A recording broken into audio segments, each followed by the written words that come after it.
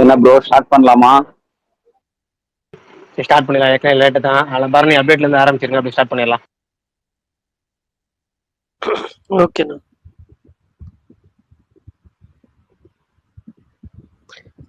இன்னைக்கு off topic தான், but title வச்சதுனால சொல்லிடுறேன்.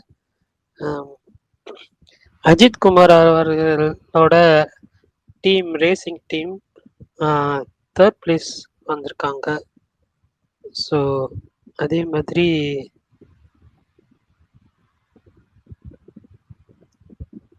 ஒரு நிமிஷம், 3rd பிளேஸ் வந்து 991 கேட்டகரியில், அதுக்கப்புறம் ஸ்பிரிட் ஆஃப் த ரேஸ் அப்படின்றதுல GT4 கேட்டகரியில். ஸோ அது வீடியோஸு, ஃபோட்டோஸ் இதெல்லாம் பார்க்கும்போது ஒரு மாதிரி ஹாப்பியாக இருந்துச்சு.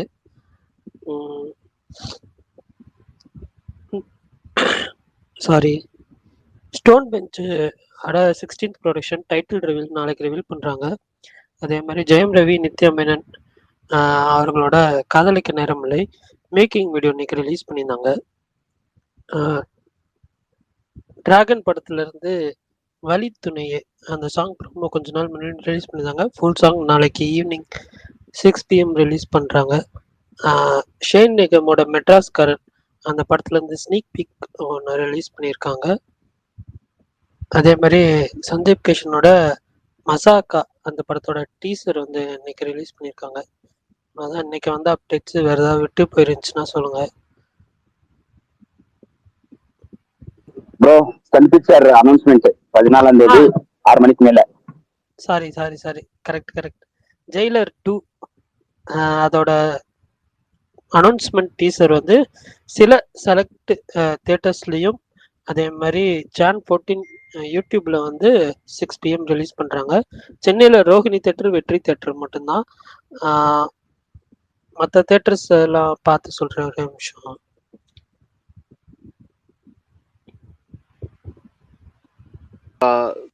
திருநெல்வேலி ராமுத்துராம, Coimbatore KJ cinemas, Bangalore Sri Krishna theatre, Sri Balaji theatre, Sri Madeshwara, ட்ரிவாண்ட்ரம்ல ஏரிஸ் பிளெக்ஸ் ஆடி 1, பாலக்காடுல அரோமா சினிமாஸ், மும்பையில் movie max Sion. Jan 14 6 PM. Tickets கவுண்டர்லேயும் இருக்கும், இல்லைன்னா புக்கிங் ஓப்பன் பண்ணிடுவோம்னு சொல்லியிருந்தாங்க. இதெல்லாம் தான் இன்னைக்கு வந்து அப்டேட்ஸ், மேஜர் அப்டேட்ஸு. அதே மாதிரி மதகதராஜா நான் ஃபர்ஸ்ட் இவ்வளோ நாள் நினச்சிட்டு இருந்தது மத கஜராஜா இல்லை மத கதராஜான்னு நினச்சேன். பட் இன்னைக்கு டைட்டில் பார்க்கும்போது எனக்கு லைட்டாக ஷாக் ஆகிடுச்சு. படம் வந்து எனக்கு ஃபஸ்ட்டு ஃபியூ மினிட்ஸ்லாம் என்னடா அதுன்ற மாதிரி தான் லைட்டாக இருந்துச்சு. பட்டு அதுக்கப்புறம் வந்து சந்தானம் காமெடிஸ்லாம் வந்து அங்கங்கே வந்து சிரிக்க வச்சதுனால படம் அப்படியே போர் அடிக்காமல் போச்சு. இது வந்து அவுடேட்டட் அப்படின்னு நான் சொல்லுவேன். ஆனாலும் வந்து இது 12 வருஷம் முன்னாடி எடுத்த படம், இப்போ வந்து அப்டேட்டட்னு சொல்கிறேன் அப்படின்னா, 12 வருஷத்துக்கு முன்னாடி எடுத்த படத்தை 12 வருஷம் முன்னாடி ரிலீஸ் பண்ணியிருந்தா சொல்லியிருக்க மாட்டாங்க. இப்போ ரிலீஸ் பண்ணுறதுனால நான் சொல்கிறேன், அவுடேட்டட்னு தான் சொல்லுவேன். அதேமாரி விஜய் ஆண்டனி சாங்ஸ் வந்து அது நிறைய பேர் வைப்புன்னு போடுறாங்க. பட்டு மேபி நான் பார்த்த தேட்டர்லையோ இல்லை நான் பார்த்த ஆடியன்ஸ் யாருமே பெருசாக வைப் பண்ணாததுனாலையோ எனக்கு பெருசாக ஒர்க் ஆகலை. ஆனால் அந்த இது ஐயோ சிக்கு புக்கு அந்த சாங் எனக்கு பிடிச்சது. எனக்கு வந்து காமெடி மட்டும்தான் இந்த படத்தை வந்து சேவ் பண்ண மாதிரி ஒரு ஃபீல்.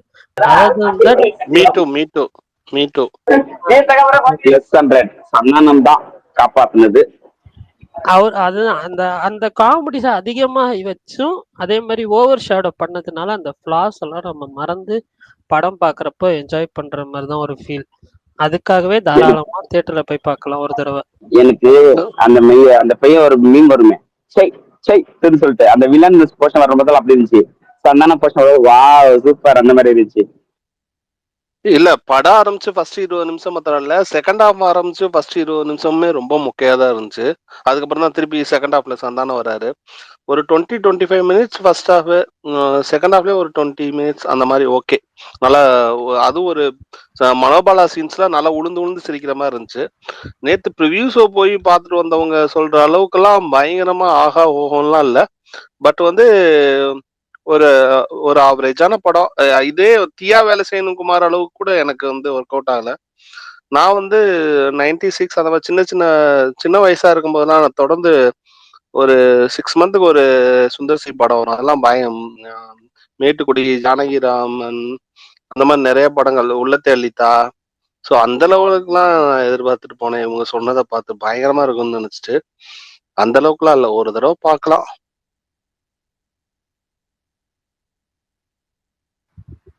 இல்ல ஒரு தடவை தாராளமா ஃபேமிலியோட பார்க்கலாம். மீன்ஸ் அந்த காமெடிஸ்க்காக ஃபேமிலியோட பார்க்க முடியாது. ஃபேமிலியோட வந்து ரொம்ப ப்ரோ ஓகே ஓகே ஏன் அது நீங்க கரெக்ட். என்ன இதை போய் முடியாது bro, ஃபேமிலியோட ரொம்ப போய் bad. பார்க்கலாம்னு தூக்கல். மனசாட்சி இல்லாம பேசுறீங்க. பிரகாஷ் இதெல்லாம் பிரகாஷ் எப்படி இருந்தாருன்னு தெரியும். நான் காமெடி சீன்ஸ் மட்டும் மைண்ட்ல வச்சு சொல்லிட்டேன். அந்த சாரி. காமெடி சீன் தாங்க ஃபேமிலியோட ஃபர்ஸ்ட் ஹாஃப்ல எல்லாம் பார்க்க முடியல. நான் தெரியாம போயிட்டேங்க ஃபேமிலியோட. அது ஓகே ஓகே எனக்கு புரியுது. Double meaning comedies okay.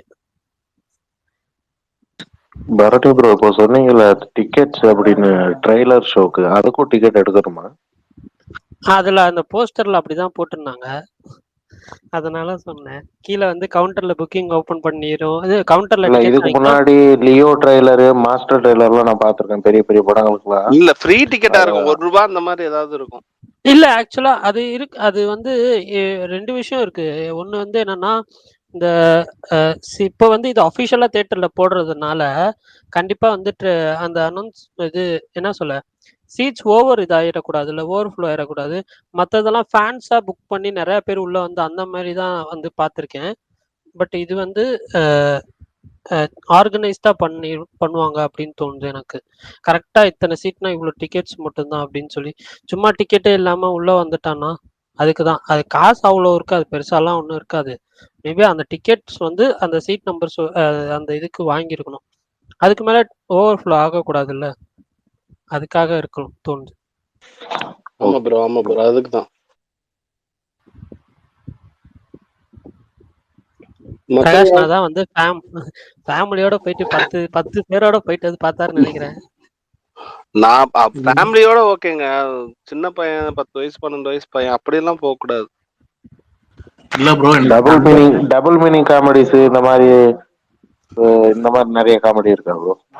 இல்ல சொல்லிடுறேன், நம்ம ஒப்பீனியன் சொல்லிடுறேன்.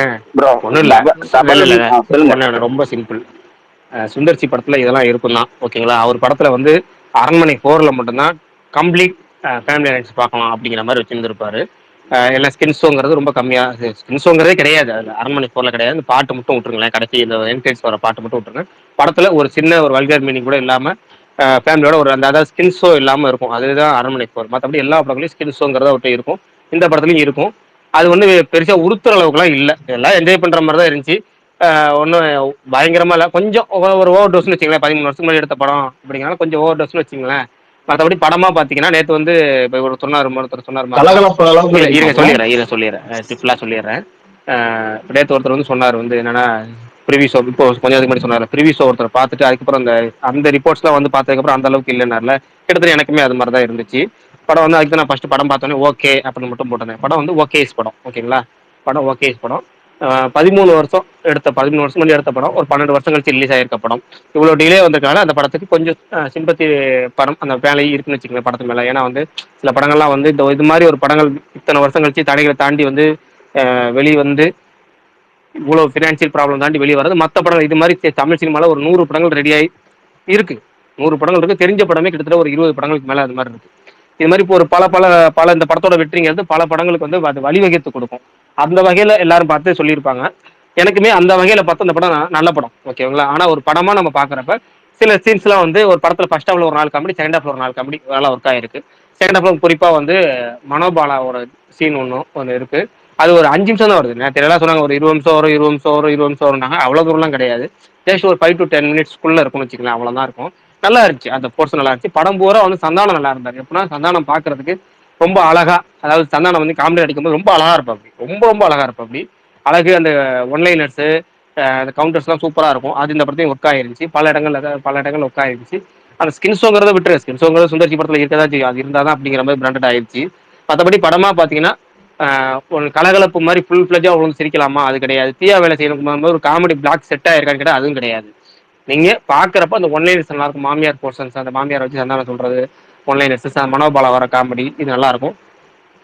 ஒரு கேடிவில நம்ம படம் பார்க்குற மாதிரி வச்சுங்களேன். ஒரு கேடிவில இத்தனை வருஷம் கழிச்சு ஒரு படம் நம்ம பார்த்த படத்தை மறந்துட்டு ஒரு படம் பார்த்துருப்போம்.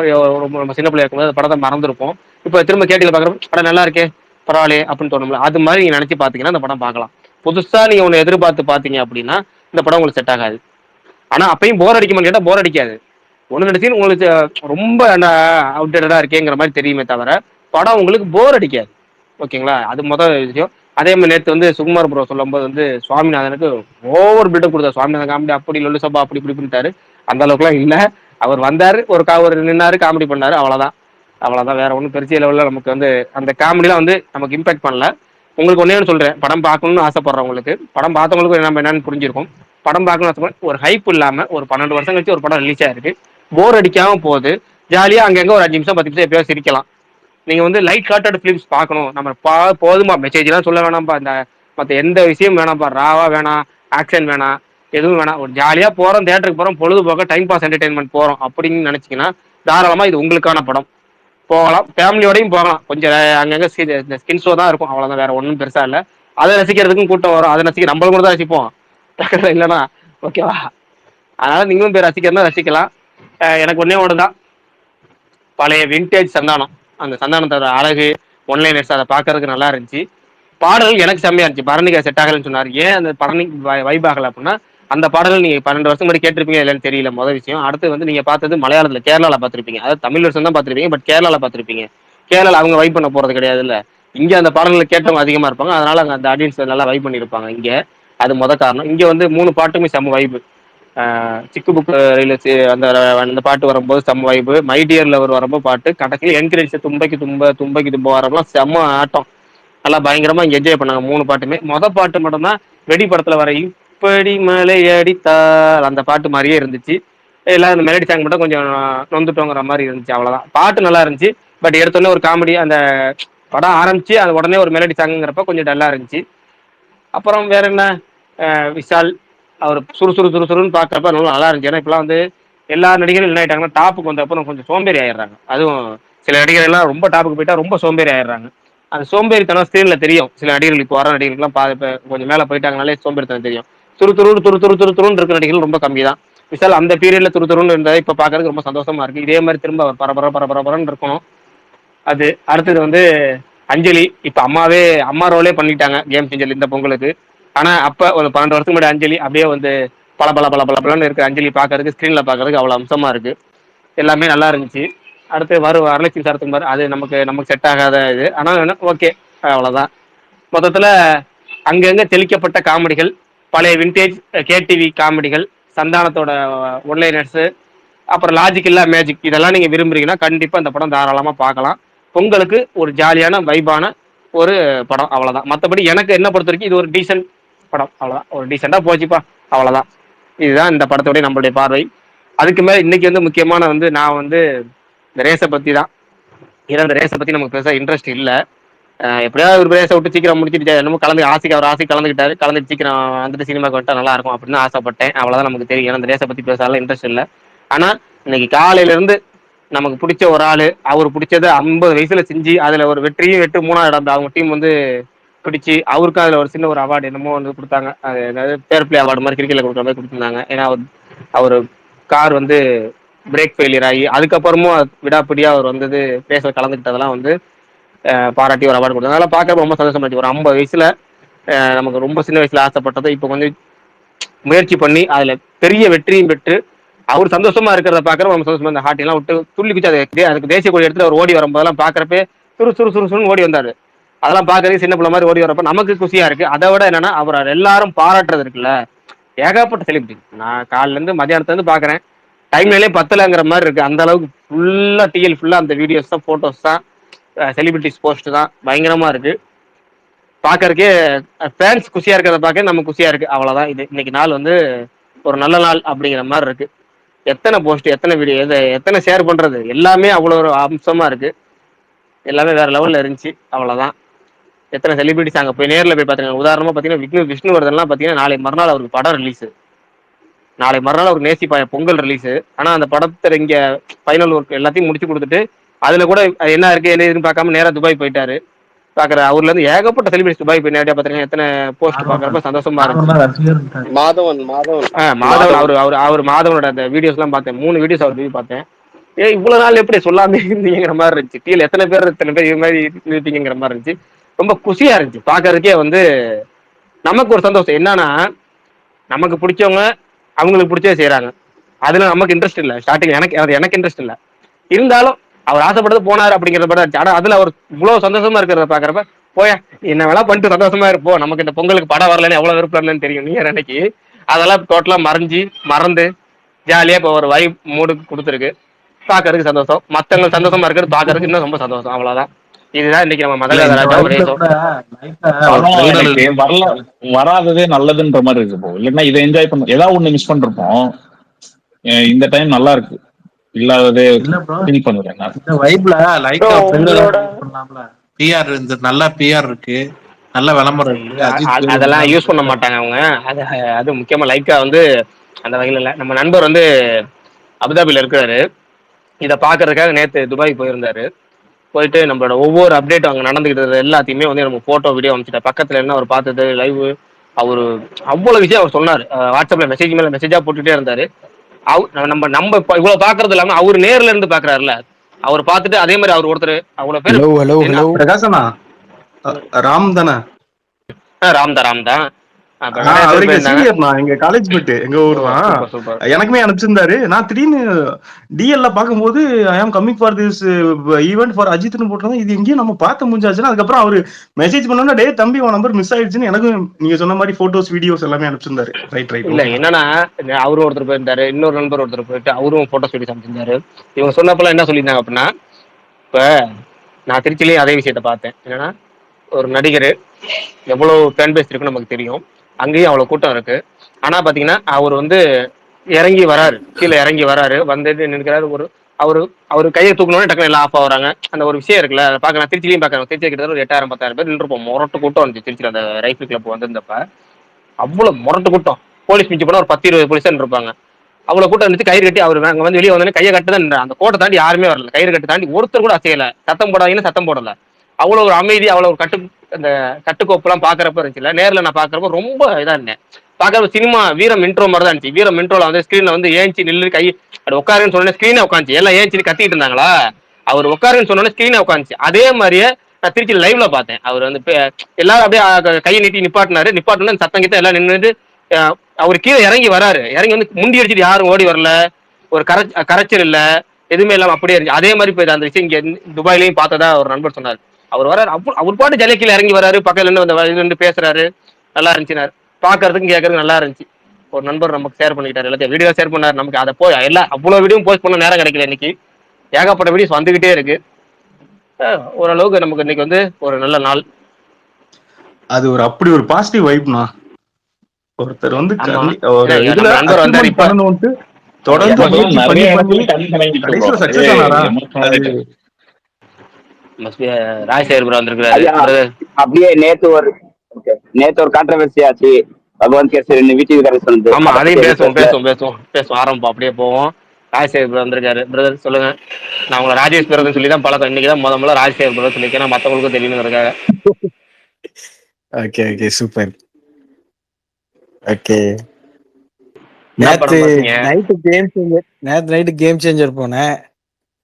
இன்டர்வலுக்கு முன்னாடி ஒரு 1/4 மணி நேரம், அதாவது என்னோட 40 வருஷம் லைஃப்ல ஒரு 35 வருஷம் 32 வருஷம் தியேட்டர்ல போய் படத்திருப்போம்னு வச்சுக்கோங்களேன். இது வரைக்கும் தியேட்டர்ல போய் தூங்கின சரித்திரமே கிடையாது. ஃபர்ஸ்ட் டைம் தூங்கியிருக்கேன், அதுவும் சங்கர் சார் படத்துக்கு. இல்ல ப்ரோ, இன்னைக்கு சண்டே. இல்ல, எனக்கு உண்மையில என்னன்னா, இந்த கதையை வந்து சங்கர் சார் எடுத்து பண்ற அளவுக்கு அவருக்கு வந்து கிரியேட்டிவிட்டி பஞ்சம் ஆயிடுச்சா அப்படின்றதுதான் ஒரு வருத்தமா இருந்தது.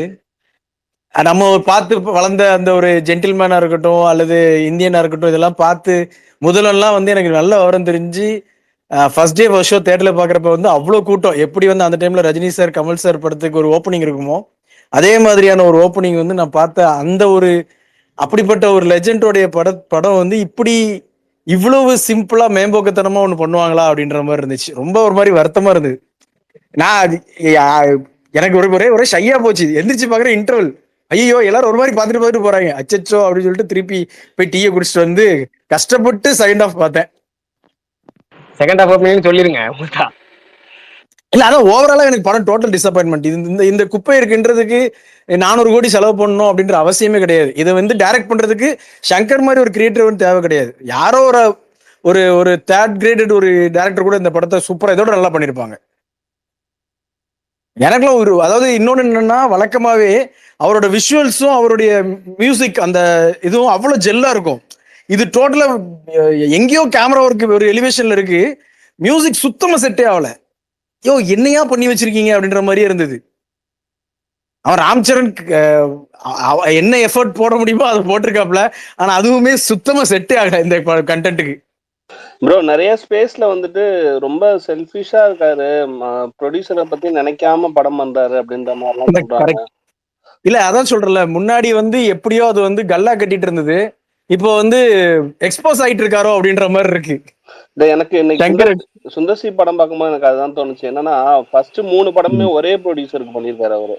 4வது படமும் அவர் பண்ண ரெடியா இருந்திருக்காரு. அந்த ப்ரொடியூசர் தான் ஏதோ ஜாதகம் ஜோசியம்லாம் பார்த்துட்டு. இல்ல உங்களுக்கு எல்லாம் எத்தனை பேருக்கு தெரியும்னு தெரியல, உள்ளத்தெளித்தா வந்து ஆக்சுவலா எங்க ஊர்ல வந்து முன்னாடி தூத்துக்குள்ள வந்து 3 ஸ்கிரீன் உள்ள ஒரு காம்ப்ளெக்ஸ். அதுல வந்து ஒரு சின்ன ஸ்கிரீன்ல ஆரம்பிச்ச படம் உள்ளத்தெளித்தான்ற படம்.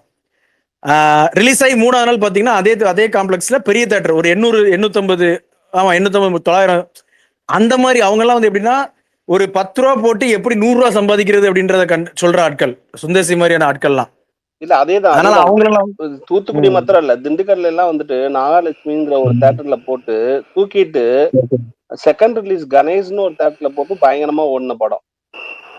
ஓகே ஓகே அதான் சொல்றேன், இப்ப ப்ரொடியூசருக்கு லாபம் பார்த்து கொடுக்கணும். அதே மாதிரி ஒரு சீக்வன்ஸை காட்டுறதுக்கு எந்த மாதிரி வேணா காட்டலாம். இப்ப பேக்ரவுண்டை மட்டுமே சூப்பரா பயங்கரமா வந்து எப்படி சொல்றது, அப்படியே காசை வாரி இறைச்சி அப்படி பண்ணலாம். ரெண்டு ஆர்டிஸ்ட நிப்பாட்டி விட்டு நம்மளுடைய ரைட்டிங் மூலமா அந்த கேரக்டர் அதை எலிவேட் பண்ணலாம்.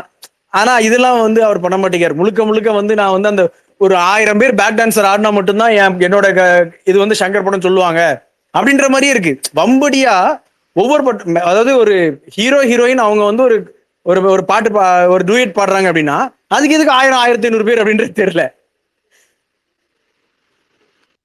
அதாவது பரவாயில்ல, ஊர் ஃபுல்லா பெயிண்ட் அடிச்சு வைக்கிறதுலாம் எதுக்குன்னு தெரியல. சரி அப்படியாவது சில கிராமத்தை தத்தெடுக்கிறாருன்னு நினைக்கிறேன். அது அவர் காசுல எடுக்கணுங்க, பாவம் ப்ரொடியூசர் காசுல எடுக்கிறாங்க. செட் ஒர்க் தானே ப்ரோ, ஊர் கூட இல்ல செட் ஒர்க் தானே, ஆர்ட் ஒர்க் தானே. இல்ல நிறைய ஊரும் பெயிண்ட் அடிச்சு. இன்னைக்கு காலைல மதகஜராஜா பார்த்தேன், ஃபர்ஸ்ட் ஆஃப் செம்ம என்ஜாய்மெண்ட். எனக்கு வந்து ஐயோ சந்தானம் இப்படிலாம் பண்ணாதையா, நீ வந்து பெசாம இதுக்கே வந்துரு, இதான் ஒரு ரூட் அப்படின்ற மாதிரி இருந்தது. செகண்ட் ஆஃப் கொஞ்சம் வழக்கமா போன மாதிரியே இருந்தது, கொஞ்சம் இன்னும் கொஞ்சம் நல்லா பண்ணிருக்கலாமோ அப்படின்ற மாதிரி இருந்துச்சு. ஓவராலா ஒரு டீசென்டான ஒரு படம். நல்ல விக்னேஷனோட பண்ணிருந்தா சந்தானம் நடிச்சிருப்பாரு. இல்ல செகண்ட் ஹாஃப் கொஞ்சம் ஸ்பேஸ் அவர் கொஞ்சம் கம்மியா இருந்த மாதிரி இருந்துச்சு சந்தானத்துக்கு. ஆமா செகண்ட் ஹாஃப்ல சந்தானம் பண்ண டீமே கம்மி தான். அதுக்கப்புறம் வந்தாரு. இல்ல வந்தாரு இல்ல ஸ்பேஸ் ஃபர்ஸ்ட் ஹாஃப் கம்பேர் பண்றப்ப கம்மி. செகண்ட் ஹாஃப் ஃபுல்லா அந்த ஆக்ஷன் அந்த இதுலயே அஞ்சலி வந்ததுக்கு அப்புறம் அப்ப இருந்தாரு. ஆமா அஞ்சலி சீன் காமிச்சதுக்கு அப்புறம் ஆமா ப்ரோ அதுதான் சொல்றேன். ஃபர்ஸ்ட் ஹாஃப் கம்பேர் பண்ணும்போது செகண்ட் ஹாஃப்ல கொஞ்சம் ஸ்பேஸ் கம்மி. அதனால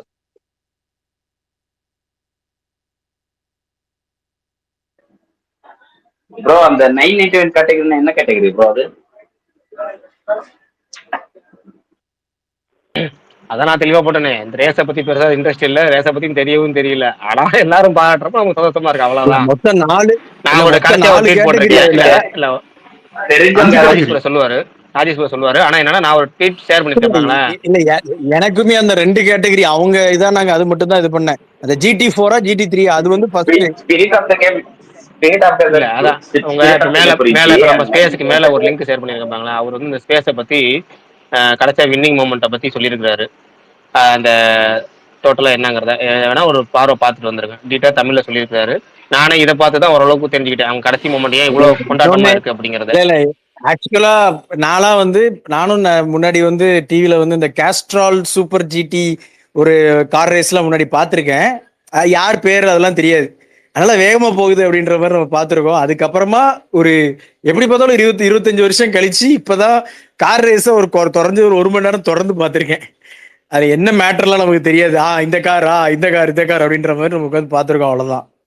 அதாவது பெருசா இன்ட்ரெஸ்ட் இல்லாதவங்களை கூட உட்கார வச்சிருக்காரு. அதுதான் இதோட மிகப்பெரிய ஒரு சக்சஸா நம்ம பார்க்கணும். நியூஸ் பேப்பர்ல கூட இல்ல அது ஒண்ணு இல்ல, அதுக்கு மேல ஒரு பெரிய சக்சஸா நான் பாக்குறது என்ன தெரியுங்களா, ஒருத்தர் பேட்டி கொடுத்திருந்தாருல 20 வருஷத்துல இப்படி பார்த்தது இல்லைன்னு. அவர் பாத்தீங்கன்னா துபாயிலயும் அபுதாபிலும் ஒரு மிகப்பெரிய ஒரு கிங்பின்,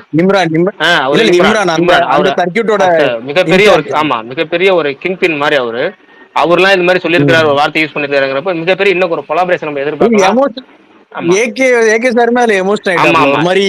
பயங்கரமா இருக்கிறாரு. எனக்கு என்னன்னா அதுல நிறைய ஒரு கொலாபரேஷன் எதிர்பார்க்கலாம். இப்ப இனிமேல் வந்து இது மாதிரி ஒரு மிகப்பெரிய ஒரு ஈவெண்ட்ல இந்தியால இருந்து நிறைய பேர் பங்கேற்பாங்கல்ல. இப்ப இந்தியா சார்பில் டீம் கலந்துருக்குல்ல, இப்ப நிறைய பேர் கலந்து, இப்ப ஜெர்மன்னால இப்ப ரேஸ்னால ஜெர்மன் தானே, இப்ப அந்த வகையில இப்ப இந்தியால இருந்து நிறைய பேர் அதை பங்கேற்பாங்க. அது ஒரு நமக்கு இவர் ஒரு தொடக்க புள்ளி மாதிரி இருந்திருக்கிறாருங்கிறப்ப நமக்கு சந்தோஷமா இருக்கு. அதாவது இதுக்கு முன்னாடி எத்தனையோ பேர் ரேஸ் கலந்துருக்கலாம், இவரு இது மாதிரி ஒரு ஆள், இம்ரான் மாதிரி ஒரு ஆள் சொல்லும் போது அப்ப இன்னும் கொஞ்சம் ரீச் அதிகமாகும். அங்க இன்னும் கொஞ்சம் இந்தியா நிறைய திரும்பி பார்ப்பாங்க. அப்ப அவங்க வந்து ஏதாவது ஒரு ரேஸ் கட்டுறோம். தமிழ்நாட்டில் நிறைய ட்ராக் வேற இப்ப இந்த கவர்மெண்ட் ரெடி பண்ணிருக்காங்க, ரேஸுக்காக நிறைய ட்ராக் ரெடி பண்ணிருக்காங்க. அப்படின்னா நிறைய ரேசஸ் தமிழ்நாட்டுல இருந்து போறதுக்கு வாய்ப்புகள் இருக்கு. ஏதோ ஒரு வகையில நமக்கு சந்தோஷங்கிறது இதுதான், நம்ம சந்தோஷமா பாக்குறேன். ரைட்டு போ, ஏதோ ஒண்ணு சாய்ச்சிட்டு போங்கிற மாதிரி ஒரு குசி. ஆக்சுவலி அதுவும் அந்த ஆரவ் நிக்கில் நாயர்லாம் அப்படியே பாடி கார்டு மாதிரி கூட, அதெல்லாம் பார்க்கும்போது ஆதிக்க ராஜேந்திரனே பாடி கார்டு மாதிரி தான், பவுன்சர் மாதிரி தான் இருந்தாரு. அவ்வளவு தூரம் போக வேண்டாம், நம்மள பாக்குற மாதிரி இருந்தா அவங்க எல்லாம் பார்க்கும்போது. இல்ல அதான் சொல்றேன், நீங்க அவ்வளவு தூரம் போக வேண்டாம். அங்க ஒவ்வொருத்தன் எத்தனை பேர் எல்ஓபி போட்டு அங்க போய் உட்காந்துருந்தான் தெரியுமா நம்ம பசங்க. அதெல்லாம் வந்து சாதாரணமான ஒரு அன்பு கிடையாது, வேற லெவல் அன்பு. எல்லா ஊர்லயும் இதே இந்தியால தமிழ்நாட்டுல நடந்ததுன்னா அவ்வளவுதான் போல, ட்ராக்குள்ளே நுழைஞ்சிருவாங்க நம்பால. இந்த மாதிரி நம்ம இந்தியால வந்து அவேர்னஸ் டிசம்பர் 31 அப்போ எவ்வளவு சுகன் ப்ரோ ஒரே நிமிஷம் பேசிக்கிறேன். நீங்க பேசுங்க. இந்த மாதிரி ஸ்போர்ட்ஸ், இந்த முக்கியமா இந்த மாதிரி ஃபார்முலா 1, 2 இந்த மாதிரி ரேசஸ் பத்தி இந்தியால அவ்வளவா அவேர்னஸ் வந்து மோஸ்ட்லி யாருமே ஏற்படுத்தல. தமிழ்நாட்டுல இருந்து பாத்தீங்கன்னா கார்த்திக் நாராயண் அவர் ஓவரால் இந்தியாவை டிபெண்ட் பண்ணி தான் இருந்தாரு. ரேஸ் சர்க்கியூட் எல்லாம் இவருக்கே அஜித் சார்க்கே ஃபர்ஸ்ட்லாம் அந்த ஸ்பான்சர் கிடைக்கலன்னு தான் மூவி இது டிபெண்ட் பண்ணி அதுக்கப்புறம் இது பண்ணாங்க. அதுக்கப்புறமே பார்ட்டிசிபேட் பண்ணாங்க.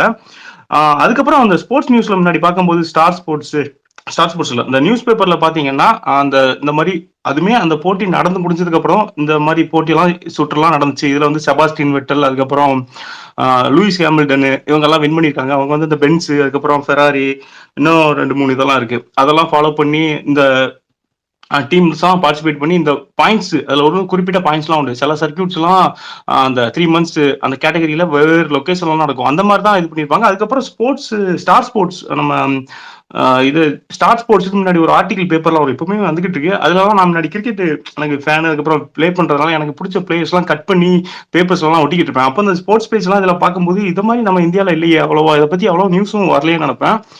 அதுக்கப்புறம் நம்ம இந்தியாலேயே நியூ டெல்லி பக்கத்துல புத்தா சர்க்கியூட்னு ஒன்று ஓப்பன் பண்ணாங்க. ஓப்பன் பண்ணி ஒரு 2-3 ஈவெண்ட் மட்டும் நடத்துனாங்க. அதுக்கப்புறம் அதை ஃபுல்லாவே கம்ப்ளீட்டா ஃபாலோ பண்ணல. அந்த சர்க்கியூட் ஒன்று இருக்கு, சச்சின் கூட வந்து அதை ஸ்டார்ட் பண்ணி வச்சிருப்பாரு. அந்த போட்டோஸ்லாம் நீங்க கூகுள் பண்ணி பாத்தீங்கன்னா இருக்கும். மினிமம் லெவல்ல தான் நடந்துச்சு, அதுக்கப்புறம் பெரிய லெவல்ல அதை கொண்டு போல. இப்போ இது நடந்துறப்ப இது காஸ்ட்லி ஸ்போர்ட்ஸ். ஆமா, உண்மையிலே காஸ்ட்லி ஸ்போர்ட்ஸ் தான். இதுக்கு முக்கியமா ஸ்பான்சர் வேணும். நீங்க விஜய் மல்லையாவை பாத்தீங்கன்னா இந்தியால இருந்து இதுக்கு முன்னாடி சஹாரா அப்படின்னு ஒண்ணு ஓபன் பண்ணிருப்பாங்க, சஹாரா ஃபோர்ஸ்னு. அது ஒன்று ஓப்பன் பண்ணி ஃபாலோ பண்ணாங்க. அதுக்கப்புறம் அவர் அந்த இது பண்ணிட்டு போனது அந்த டீமு ஃபுல்லாவே இதாயிருச்சு.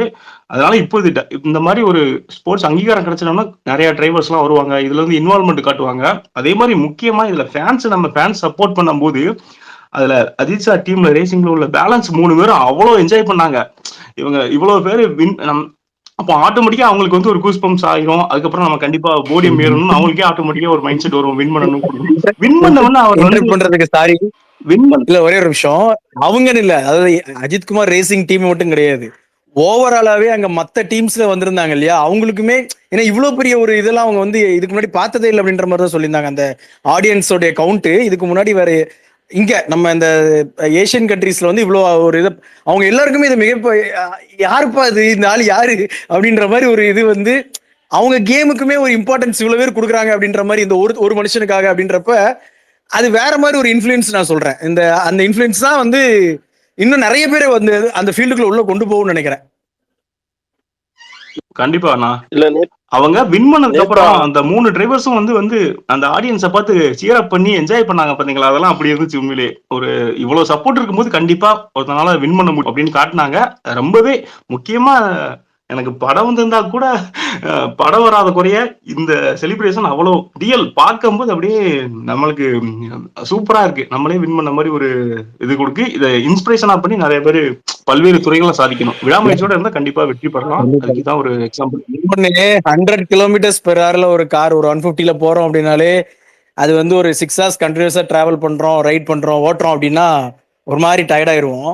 நீங்க நல்லா பாத்தீங்கன்னா நேற்று உள்ள விஷுவல்ஸ், அஜித் சார் விஷுவல்ஸா இருக்கட்டும், அது எல்லாமே பாக்குறப்ப நமக்கு ஒரு 230 240 அந்த அந்த அந்த km/h ஓட்டுறப்ப அவங்க டோட்டல் எனர்ஜியுமே வந்து ட்ரெயின் ஆகி தான் அவங்க வெளியே வந்திருக்காங்க. அது ரொம்ப ஈஸியா எல்லாரும் நிறைய பேர் சொல்லிட்டு இருக்காங்க. பட் ஆனா அதுலயும் அந்த எவ்வளவு effort இருக்கு. ரோடுமே வந்து நம்ம ஓட்டுற ரோடு வேற ஸ்ட்ரெயிட் ரோடா இருக்க போகுது. இது வந்து பாத்தீங்கன்னா டக்கு டக்குன்னு டேர்ன் ஆகுது. அதுல ரொம்ப கஷ்டமா தான் இருக்கு. நீங்க சொல்றது கரெக்ட்.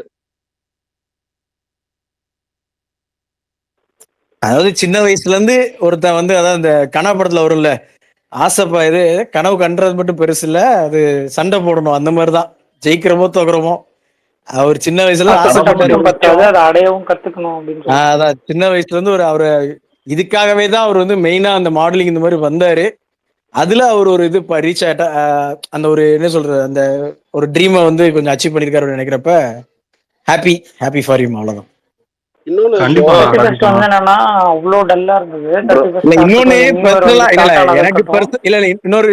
ஒரு நிமிஷம் பர்சனலா வந்து நான் இது வரைக்கும் நிறைய ஃபேஸ் பண்ணிருக்கேன். அது ட்விட்டரா இருக்கட்டும் அல்லது என்னுடைய பழைய யூடியூப் சேனலா இருக்கட்டும், உங்களை வந்து இங்க தாண்டா உங்களுக்கு தெரியுமா, அங்க தாண்டா தெரியுமா அப்படிலாம் நிறைய நான் வந்து வாட்ஸ்அப்ல கூட நான் வந்து ஃபேஸ் பண்ணிருக்கேன். எனக்கு வந்து அவ்வளோ மெசேஜஸ் வரும் ஹேட்டஸ்ட் இருந்து. சரிங்களா? எனக்கு அதெல்லாம் இன்னைக்கு கேட்கறப்ப எனக்கு வந்து எதையுமே வந்து அப்படியே மண்ணுக்குள்ள இதெல்லாம் தான் வருது. இவரு சார் ஜெயிச்சிட்டாரு, ஒரு 3rd place வந்துட்டாரு அப்படின்றத தாண்டி, சார் உன்னை பத்தி எல்லாம் பேசுனாங்க சார், இப்ப பாரு சார் அப்படின்ற மாதிரி எனக்கு வந்து வேற மாதிரி ஒரு திங்கிங்லாம் மண்ணுக்குள்ள ஓடிட்டு இருந்துச்சு அதை ஒவ்வொரு இதையும் பாக்குறப்ப. ஸோ சாதாரண ஆள் கிடையாது உண்மையிலேயே. ஹீஸ் ஆரா குமார் தான். ஹோல்சமா இருந்தது உங்களுக்கு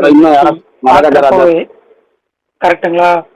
நம்ம என்னதான் மூவிஸ் இன்னைக்கு ரிலீஸ் ஆயிருந்தாலும் அந்த மூவிஸ்லாம் நமக்கு வந்து என்னன்னா எந்த அளவுக்கு ஒரு தாக்கத்தை கொடுத்துருக்கோம், சந்தோஷத்தை கொடுத்துருக்கோம் தெரியாது. பட் இது வந்து கம்ப்ளீட்டா ஒரு ஹோல்சம் மூவிஸ் மாதிரி எனக்கு ஃபீல் ஆச்சு.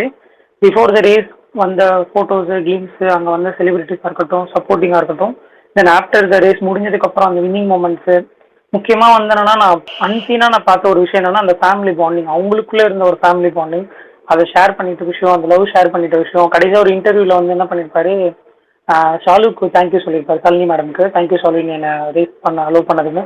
அந்த மாதிரி மூமெண்ட்ஸ்லாம் நம்ம லைஃப்ல பார்த்ததே கிடையாது. நான் மேக்ஸிமம் பார்த்தது கிடையாது அந்த அளவுக்கு. ரொம்ப பிரைவேட் ஸ்பேஸ்ல இருந்த ஒரு மனுஷனா அவ்வளவு தூரம் போக வேண்டாம். இல்ல அவ்வளவு தூரம் போக வேண்டாம். நீங்க சாரே இவ்வளவு எக்ஸ்ப்ளோர்ட் ஆகி நீங்க பாத்திருக்கவே மாட்டீங்க. ஆமா, ஜாலியா ஒரு அஜித் சார் தானா அப்படின்ற மாதிரி இருந்தது. இன்னொன்னு அவங்க வந்து கேட்டாங்க, நீங்க தமிழ் உங்க ஃபேன்ஸுக்கு தமிழ் ஏதாவது சொல்ல விரும்புறீங்களான்னு கேட்டப்ப நேத்து அவர் சொன்னாரு, இல்ல நான் தனியா பேசிக்கிறேன். நான் சும்மா சொல்லி சமாளிக்கிறாரு அப்படின்னு நான் நினைச்சேன். அதுக்கப்புறம் பார்த்தா அந்த வீடியோ வந்துச்சு சுரேஷ் சந்திராவோட. அதுல ஓகே அவர் சொன்னது அப்படியே தான் செஞ்சிருக்காரு அப்படின்ற மாதிரி அறிக்கையில சொல்லிட்டு இருந்தாரு, அதை வீடியோவே போட்டாரு. அவ்வளவுதான். இந்த வீடியோ கொஞ்சம் சந்தோஷமா அந்த மாதிரி அடிக்கடி வந்தா போதும். எப்பவுமே நான் ஒரு மீன் பார்ப்பேன் அந்த மாதிரி தமிழ்நாட்டுல இதே மாதிரி ஒரு ஃபங்க்ஷனோ இல்லை ஒரு மீட்டப்போ ஒரே ஒரு வாட்டி மட்டும் ஓகே சொல்லுங்க தலை, மற்றதை நாங்கள் பார்த்துக்குறோன்னு அடிக்கடி ஒரு மீன் பார்ப்பேன் அந்த ஒரு எடிட்டோட. அது நிஜமாவே மேபி தமிழ்நாட்டில் அந்த மாதிரி நடந்துச்சு அப்படின்னா எனக்கு சொல்ல முடியல. இந்த அளவுக்குலாம் ஒரு துபாயோட கண்ட்ரி, இத்தனைக்கும் அவுட் ஆஃப் கண்ட்ரி, அங்கேயே 30,000 இது வரைக்கும் வராத க்ரௌட் வந்திருக்குன்னா தமிழ்நாட்டில் எனக்கு தெரிஞ்சு பாசிபிலிட்டிஸே இல்லை. அவர் கொண்டாடிடுவாங்க எனக்கு தெரிஞ்சு. அது எனக்கு பர்சனலா எனக்கு என்ன ஒரு இன்னைக்கு டிஎல் ஃபுல்லாவே பாத்தீங்கன்னா ஏகப்பட்ட செலிபிரிட்டியோட பிக்ஸ். நம்ம எத்தனை தாண்டா லைக் பண்றது, நமக்கு லைக் பண்றதுக்கே டயர்ட் ஆகுது ஒரு டைமுக்கு அப்புறம். எவ்வளவு தாண்டா நம்ம லைக் பண்றது அப்படின்னு அவ்வளோ பிக்சர்ஸ், அவ்வளோ போட்டோஸ், அவ்வளோ வீடியோஸ். எல்லாருமே வந்தோன்னா போய் செலிப்ரேட் பண்ணிட்டு சப்போர்ட் பண்றது. பிரகாஷ் ப்ரோ சொன்ன மாதிரி 4 மணி நேரம் படத்தை வச்சுட்டு ஒருத்தர் இன்னைக்கு போயிட்டு அங்கே வந்து என்னன்னா சப்போர்ட் பண்ணின்னு இருக்காரு. ஸோ அதெல்லாம் உண்மையிலேயே ரொம்ப சந்தோஷமா இருந்தது எனக்கு. இதுதான் வந்து இன்னைக்கு தான் ஸ்டார்ட் ஆன மாதிரி ஒரு ஃபீல். சிம்பிள். ரீல்ல சினிமால திரையில மட்டுமே பார்த்துட்டு இருந்த ஒரு ஹீரோவை இன்னைக்கு ரியல் ஹீரோவை பார்த்துருக்கோம். அவ்வளவுதான். That's it. அவ்வளவுதான். மாதவன்லாம் பார்த்தது ரொம்ப ரொம்ப சந்தோஷமா இருந்துச்சு. அவங்க பாண்டு தெரிஞ்சு அப்படியே சார் ப்ரோ மாதவன் லோகேஷும் ஆல்ரெடி ட்வீட் அங்க பண்ணிருக்காரு. துபாயில தான் ஒரு வீடே இருக்கு. லாஸ்ட் ஒரு ஈவென்ட்ல இது ஒரு செலிப்ரேஷன்ல கூட அஜித் சார் அவங்க வீட்டுல ஃபேமிலியோட போட்டோஸ் எல்லாம் எடுத்த மாதிரி வந்துச்சுல. இல்ல அவரை நான் ஃபேன் குதிச்சுட்டு அப்படியே ஒரு ஃபேன் பாய் மாதிரி ஓடுறதெல்லாம் பார்க்குறப்போ எனக்கு என்ன நடக்குதுங்க, என்ன இப்படி கொண்டாடுறாங்க அப்படின்ற மாதிரி ஒரு மாதிரி ரொம்ப ஆச்சரியமாவும் இருந்துச்சு. அதே நேரத்தில் அதீத சந்தோஷம், ரொம்ப ஹாப்பியா இருந்தேன். நான் ஆக்சுவலா ஒரு 2 படம் பார்த்தேன். அந்த படம் எனக்கு கொடுத்த ஒரு இதை விட எனக்கு இந்த படம் வந்து ஐ மீன் இந்த படம் சொல்ல முடியாது, இந்த மெமரிக்கு அவ்வளோ சந்தோஷத்தை கொடுத்தது. ஒரு இந்த டே முடியறப்போ பார்த்தீங்கன்னா அவ்வளோ மனசுக்கு நிறைவா இருந்துச்சு ஃபோட்டோஸ்லாம் பார்க்குறப்பெல்லாம். பிரகாஷ் ப்ரோ, ஏன்னா வலைபேச்சில் வந்துட்டு சிவாவை கூப்பிட்டுருக்காரு, சிவாவும் போறாரு ரேஸ் பாக்குறதுக்கு அப்படின்னு ஏன் கடைசியில காணோம். இல்ல இந்த மாதிரி எல்லா குச்சியா பேசியிருந்தாங்களா, எவ்வளவு நல்ல நல்ல வார்த்தைகள் நல்லா அதை பத்தி பேசிட்டு பேச இருக்கும்போது மாட்டீங்க. அவங்கள பத்தி வந்து திடீர்னு ஏங்க ரைட் அப்படியே மதகதராஜாக்கு போவோம். நான் சொல்லட்டுமா? நான் மதகஜராஜா பார்த்ததுனால இல்ல ஒரே ஒரு நிமிஷம். நமக்கு 1000 முரண்பாடுகள் 1000 கருத்து வேறுபாடுகள் எல்லாமே இருந்தா கூட எப்படி ரஜினி சாருக்கு கேஎஸ்ஆர் சார் வந்து ஒரு ஒரு ஒரு க்ளோஸ் ஃப்ரெண்டோ, அதே மாதிரி வந்து சிவா சார் வந்து அஜித் சாருக்கு ஃப்ரெண்டு. அதை நம்ம வந்து நீங்க படம் அப்படி இல்ல அதான் சொல்றேன், படம் இல்ல அதான் அப்படி கொடுக்குறாரு இப்படி கொடுக்குறாரு தாண்டி அவங்களுக்குள்ள அந்த ஒரு பாண்டிங் இருக்கு. அதனால வந்து நம்ம அதை ஒண்ணும் சொல்றதுக்கு இல்ல. இல்ல அப்படியே சொன்னா இல்ல சரி, அதை நம்ம தப்பா பேசல. நம்ம இவ்வளவு தூரம் பேசுவோம் வலை பத்தி திடீர்னு உங்களுக்கு தங்களா அதுக்காக சொன்னேன். படத்துக்கு போவோம். அவங்களுக்கு அஜித் சார் போடுறதுக்கு ஏதாவது கண்டென்ட் வேண்டாமா? பிரகாசனா படத்துக்கு வணங்கான் போனோம், நாங்க ஃப்ரெண்ட்ஸ் கூட தான் போனோம். நைட் ஷோ நேற்று தான் நம்ம ஸ்பேஸ் வர முடியல, கொஞ்ச நேரம் கேட்டுக்கிட்டு இருந்தேன். அதுக்கப்புறம் சரி நம்ம படத்துக்கு போகலாம் ஃப்ரெண்ட்ஸ், ஒரு நைட்டு 10:30 அந்த மாதிரி போயிட்டு வந்தோம். பாத்தீங்கன்னா ஒரு 2 மினிட்ஸ் எனக்காக ப்ளீஸ். அம்மா வீட்டுக்கு போனோம். ஆக்சுவலா என்னன்னா தலைவர்கிட்ட தான் கேட்கணும். தலைவரை இது வரைக்கும் எத்தனை 3 படம் ரிலீஸ் ஆயிருக்கா? 4 படம் ரிலீஸ் ஆயிருக்கு. எங்கேயுமே அந்த பாக்ஸ் ஆபீஸ் அப்படின்றது வந்து நிமிர்ந்தே நிமிரல, எந்திரிச்சு கூட உட்கார மாட்டேங்க, யார் தூக்கி கூட பார்க்க மாட்டேங்க, தலையை தூக்கி கூட பார்க்க மாட்டேங்கி. இந்த பொங்கல் அப்படிதானா? அவ்வளவுதானா? இல்ல அவ்வளவுதாங்க. அதாவது நீங்க வந்து டயர் 1 ஹீரோஸ் படம் இல்லைன்னா எப்பவுமே கொஞ்சம் சுமாரா தான் இருக்கும். வர படங்கள் கொண்டாட்டமா இருந்தா அப்படியே அது பாட்டுக்கு மேல போயிடும். இப்போ மதகதராஜா கொஞ்சம் சூடு பிடிக்க ஆரம்பிச்சிருக்கு பாக்ஸ் ஆஃபீஸ். இந்த வருஷம் பொங்கலுக்கு பாத்தீங்கன்னா பாக்ஸ் ஆஃபீஸ் வைஸ் வந்து உங்களுக்கு வந்து அள்ளி கொடுக்க போகுதுன்னா மதகதராஜாவா தான் இருக்கும். ஏன்னா வந்து இப்பதான் மாத்தி காலத்தை கொஞ்சம் சுமாராக புக்கிங், அதாவது அந்த 12 வருஷ படத்துக்கு நல்ல புக்கிங் சொல்லலாம், சூப்பர் புக்கிங் சொல்லலாம். பட் கம்பேரிட்டிவ்லி பொங்கல் ரிலீஸ் ஆகிற படம், அது ஞாயிற்றுக்கிழமை லீவு நாளில் ரிலீஸ் ஆகிருக்க படம் காட்டுப்பாங்க. ஒரு 30% 40% தான் ஆக்குபென்சி இருந்துச்சு தேட்டர்ல. அது கொஞ்சம் கம்மி தான். போக போக போக போக பிக்கப் ஆகும். ஏன்னா வேர்ட் ஆஃப் மவுத் வரட்டும், எல்லாம் அந்த யாருமே வந்து இந்த செலிபிரிட்டி ப்ரீமியர்ஸ் யாரும் நம்புறதில்ல. முதல் விஷயம் ப்ரெஸ் ஷோ என்னதான் போட்டு நீ என்ன பண்ணாலும் இப்போ லப்பர் பந்தெல்லாம் ஆகா ஓகன்னு எல்லாம் சொல்லி இருந்துமே முதல் ஷோ பார்த்ததுக்கு அப்புறம் எல்லாம் நம்புறாங்க. லப்பர் பந்து மட்டும் இல்ல, மகாராஜாவே நீங்க பாத்துக்கலாம். மகாராஜா வந்து செலிபிரிட்டி ஷோ 2 நாளைக்கு முன்னாடி போட்டுருந்தாங்க, பயங்கரமான ரெஸ்பான்ஸ். ஆனா முதல் நாள் ஓப்பனிங்கிறது ஒரு 25% கூட ஆக்குபென்சி இல்லை. அதுக்கப்புறம் வந்து பொதுமக்களோட வேர்ட் ஆஃப் மவுத் வந்து பயங்கரமா பரவும் போது கூட்டம் பிச்சுக்குது, படம் பிச்சுக்குது. அது மாதிரி தான் மதகதராஜா அந்த வாட்டி பிச்சுக்கும். வேற எந்த படங்களும் அப்படி ஒன்றும் தேடுற மாதிரி இல்லை. கேம் சேஞ்சர் அவுட், அதாவது டோட்டல் வாஷ் அவுட்னு வச்சுக்கோங்க. அடுத்து வணங்கான் வந்து முந்தா நேத்தும் ஓரளவுக்கு நல்ல டீசென்ட் உண்டு. உண்மையாலுமே வந்து கம்பேரிட்டிவ்லி வந்து பாலாவோட லாஸ்ட் சில படங்களை கம்பேர் பண்ண நல்ல புக்கிங்ஸ், நல்ல கலெக்ஷன்ஸ் தான். ஆனா அது இப்போ மதகதராஜாக்கு அப்புறம் அது கொஞ்சம் ஆஃப் ஆயிரும். ஏன்னா மதகதராஜா ஃபுல் ஃபன் அப்படிங்கிற ஒரு ரிசல்ட் வருது இல்ல, அந்த ஃபன் மோடுக்கு போறதுனால நிறைய பேர் ஃபேமிலி ஆன்ஸ்ல இருந்து தேட்டருக்கு போக ஜாலியாக என்ஜாய் பண்ணுறப்ப அவங்க அந்த கூட்டம் வந்து மதகதராஜாக்கு போயிடும். இதுக்கப்புறம் காதலுக்கு மரியாதை, அதாவது காதலுக்கு மரியாதையிலே வருது, காதலுக்கு நேரம் இல்லை இருக்குல்ல, அது ஃபுல் லவ் சப்ஜெக்ட் படம், ஏ சென்டர் படம், அது எப்படி இருக்குன்னு உங்களுக்கு தெரியும். தலைவரை எந்திரிங்க அப்படின்ற மாதிரி இருக்கு. காதலுக்கு மரியாதை காதலுக்கு மரியாதை பழமைக்கே போறீங்களா? இல்ல அது நான் இல்ல 3 நாள் தடவை அதே மாதிரி சொல்லிட்டேன். நான் 3 நாள் தடவை அந்த காதலிக்கு நேரம் இல்லையே அப்படியே சொல்லிட்டேன். ஆனா அந்த ஃப்ளோ தான் நமக்கு அந்த இதாக வருது. அந்த படம் ஏ சென்டர் படம் தெரியும் உங்களுக்கு. அவ்வளோ. ரெண்டாவது அது ஒரு கான்ட்ரவர்சியான சப்ஜெக்ட்டுங்கிறப்ப அது ஏ சென்டருக்கு மட்டும்தான். மற்றபடி இந்த பொங்கல் வந்து ஒரு பாக்ஸ் வைஸில் ரெக்கார்டு படிக்கிற மாதிரி பொங்கல் கிடையாது. ஜஸ்ட் ஒரே ஒரு வின்னர்னா மதகதராஜா வரலாம் கடைசியில ஃபைனலா. அதுக்கப்புறம் வந்து வணங்கான் வந்து நல்ல பாக்ஸ் சைஸ் வைஸ் வந்து ஓரளவுக்கு நல்லா தான் பண்ணிக்கிட்டு இருக்கு இது வரைக்கும். நீங்க வணங்கான் பாத்துறீங்க, நீங்க அப்படி சொல்லிட்டு நீங்க அப்படியே நீங்க வெளியே போகணும், நீங்க சொல்லிட்டு வேணா போயிருங்க. நீங்க வணங்கான் பாத்துக்கீங்க, அவங்க ஒப்பீனியன் சொல்லிட்டு போயிருங்க. வணங்கான் வந்து அதான் சொல்றேன், எனக்கு வந்து ஆச்சரியமா இருந்தது வந்து அந்த ஃபர்ஸ்ட் நம்ம மிஷ்கின் சார் பொசிஷன், அப்புறமா நம்ம அந்த ஃபர்ஸ்ட் அரெஸ்ட் பண்ணுவாங்கல்ல அந்த சீக்வன்ஸ்லாம், போலீஸ் ஸ்டேஷன் சீக்வன்ஸ்லாம் பார்த்தீங்கன்னா பயங்கர கிளாப்ஸா இருந்துச்சு. வழக்கமாகவே அந்த பிதாமகன் அந்த டைம்ல எப்படி வந்து பாலா சார் படத்தை வந்து பயங்கரமா ஒரு மாதிரி என்ஜாய் பண்ணுவோம்ல, அந்த மாதிரி இருந்தது. ஒன்ஸ் அந்த ஸ்டோரி ஸ்டார்ட் ஆகிற வரைக்கும் கொஞ்சம் ஒரு மாதிரி தேட்டர்ல வந்து இப்போயும் கத்திட்டு இருந்தானுங்க. அந்த மெயின் கண்டென்ட்டுக்குள்ள போற ஆரம்பிச்சதுக்கு அப்புறமா சைலண்ட் ஆனவங்க தான் கடைசி தேட்டர் படம் முடிஞ்சதுக்கு அப்புறமா எஞ்சி கிளாப்ஸ் பண்ணிட்டு போனானுங்க. எனக்கு தெரிஞ்சு இது வந்து ஒரு இப்போ நம்மளுக்கு இந்த ஹாலிடேஸ்லாம் ப்ராப்பரா ஸ்டார்ட் ஆகிச்சு அப்படின்னு சொன்னா பாக்ஸ் ஆஃபீஸ்ல கிளிக் ஆகும்னு நம்புறேன் நான் வணங்கான். அதே மாதிரி கேம் சேஞ்சர் வந்து எனக்கு நம்பிக்கையே இல்லை. அது இனிமேல் அதுக்கு உயிர் வரும் அப்படின்னு எனக்கு நம்பிக்கை வரல. அதே மாதிரி மெட்ராஸ்காரனு இங்கே ஷோவே கொடுக்கல எங்கள் ஊரில். அது ரொம்ப வேதனையான ஒரு விஷயம். அதுக்கப்புறமா இது மதகஜராஜாவை பொறுத்த வரைக்கும் வேர்ட் ஆஃப் மவுத் தான். இப்போ ஆல்மோஸ்ட் ஆன்லைன் முழுக்க பாசிட்டிவ் டாக்ஸ் வந்துருச்சு. இனி வந்து இன்னைக்கு இப்போ ஈவினிங் ஷோலாம் வந்து நல்ல ஓரளவுக்கு ஃபுல்லாக இருக்கு. அதனால வந்து அதுவுமே பிக்கப் ஆகிற நினைக்கிறேன். ஆனால் அந்த ஒரு பெரிய பேங்க்னு ஒன்று சொல்லுவோம்ல, இப்போ 2 வருஷத்துக்கு முன்னாடி துணி வாரிசு வர்றப்ப வந்து எப்படி அந்த தியேட்டர்லாம் பார்த்தீங்கன்னா அப்படி அந்த திருவிழா கோலம் சொல்லுவோம்ல, அது இல்லை அப்படின்றது தான் கொஞ்சம் வருத்தமா இருக்கு. ஓகே, எல்லாருக்கும் ஹாப்பி பொங்கல். ராஜேஷ் ப்ரோ சொல்லு ப்ரோ. அது இது எதுவும் தெரிஞ்ச அப்டேட் எப்ப ரிலீஸ்? 2-3 தேட்டர் இல்ல தெரியல அவங்களுக்கே ஒன்றும் இதுல இன்னைக்கு காலைல பேசிட்டு இருந்தோம். யாருக்குமே அந்த ஒரு இது இல்லை. Okay okay. அவங்க எல்லாருமே இப்ப இந்த 5, 6, 7 படத்தை எப்படி வந்து ஷோகேஸ் பண்றது மட்டும்தான் அவங்க வேலையா இருக்கு. கூட்டம் வருதோ இல்லையோ ஷோ போட்டாகணும் அப்படின்ற அந்த இதுலதான் இருக்காங்க. ஆனா அவங்களுக்கு எல்லாருக்குமே ஒரு பெரிய டிசப்பாயின்மெண்ட். இன்னைக்கு காலைல கூட தியேட்டர்ல அவர்கிட்ட பேசிட்டு இருந்தேன். என்னென்ன பொங்கல் போச்சா அப்படின்னா சுத்தமா போச்சுரா ஒண்ணுமே இல்லை அப்படின்ற மாதிரி பேசிட்டு இருந்தாங்க. சரி ஓகே, உங்களுக்கு அந்த டாப் 5 அவங்க படங்கள் வந்தா மட்டும்தான் அவங்களுக்கு அந்த வருஷமே ஒரு ஸ்டார்டிங்கே வந்து அப்படியே ஒரு மாதிரி ஒரு பாசிட்டிவோட ஸ்டார்ட் பண்ணுவாங்கன்னு நினைக்கிறேன்.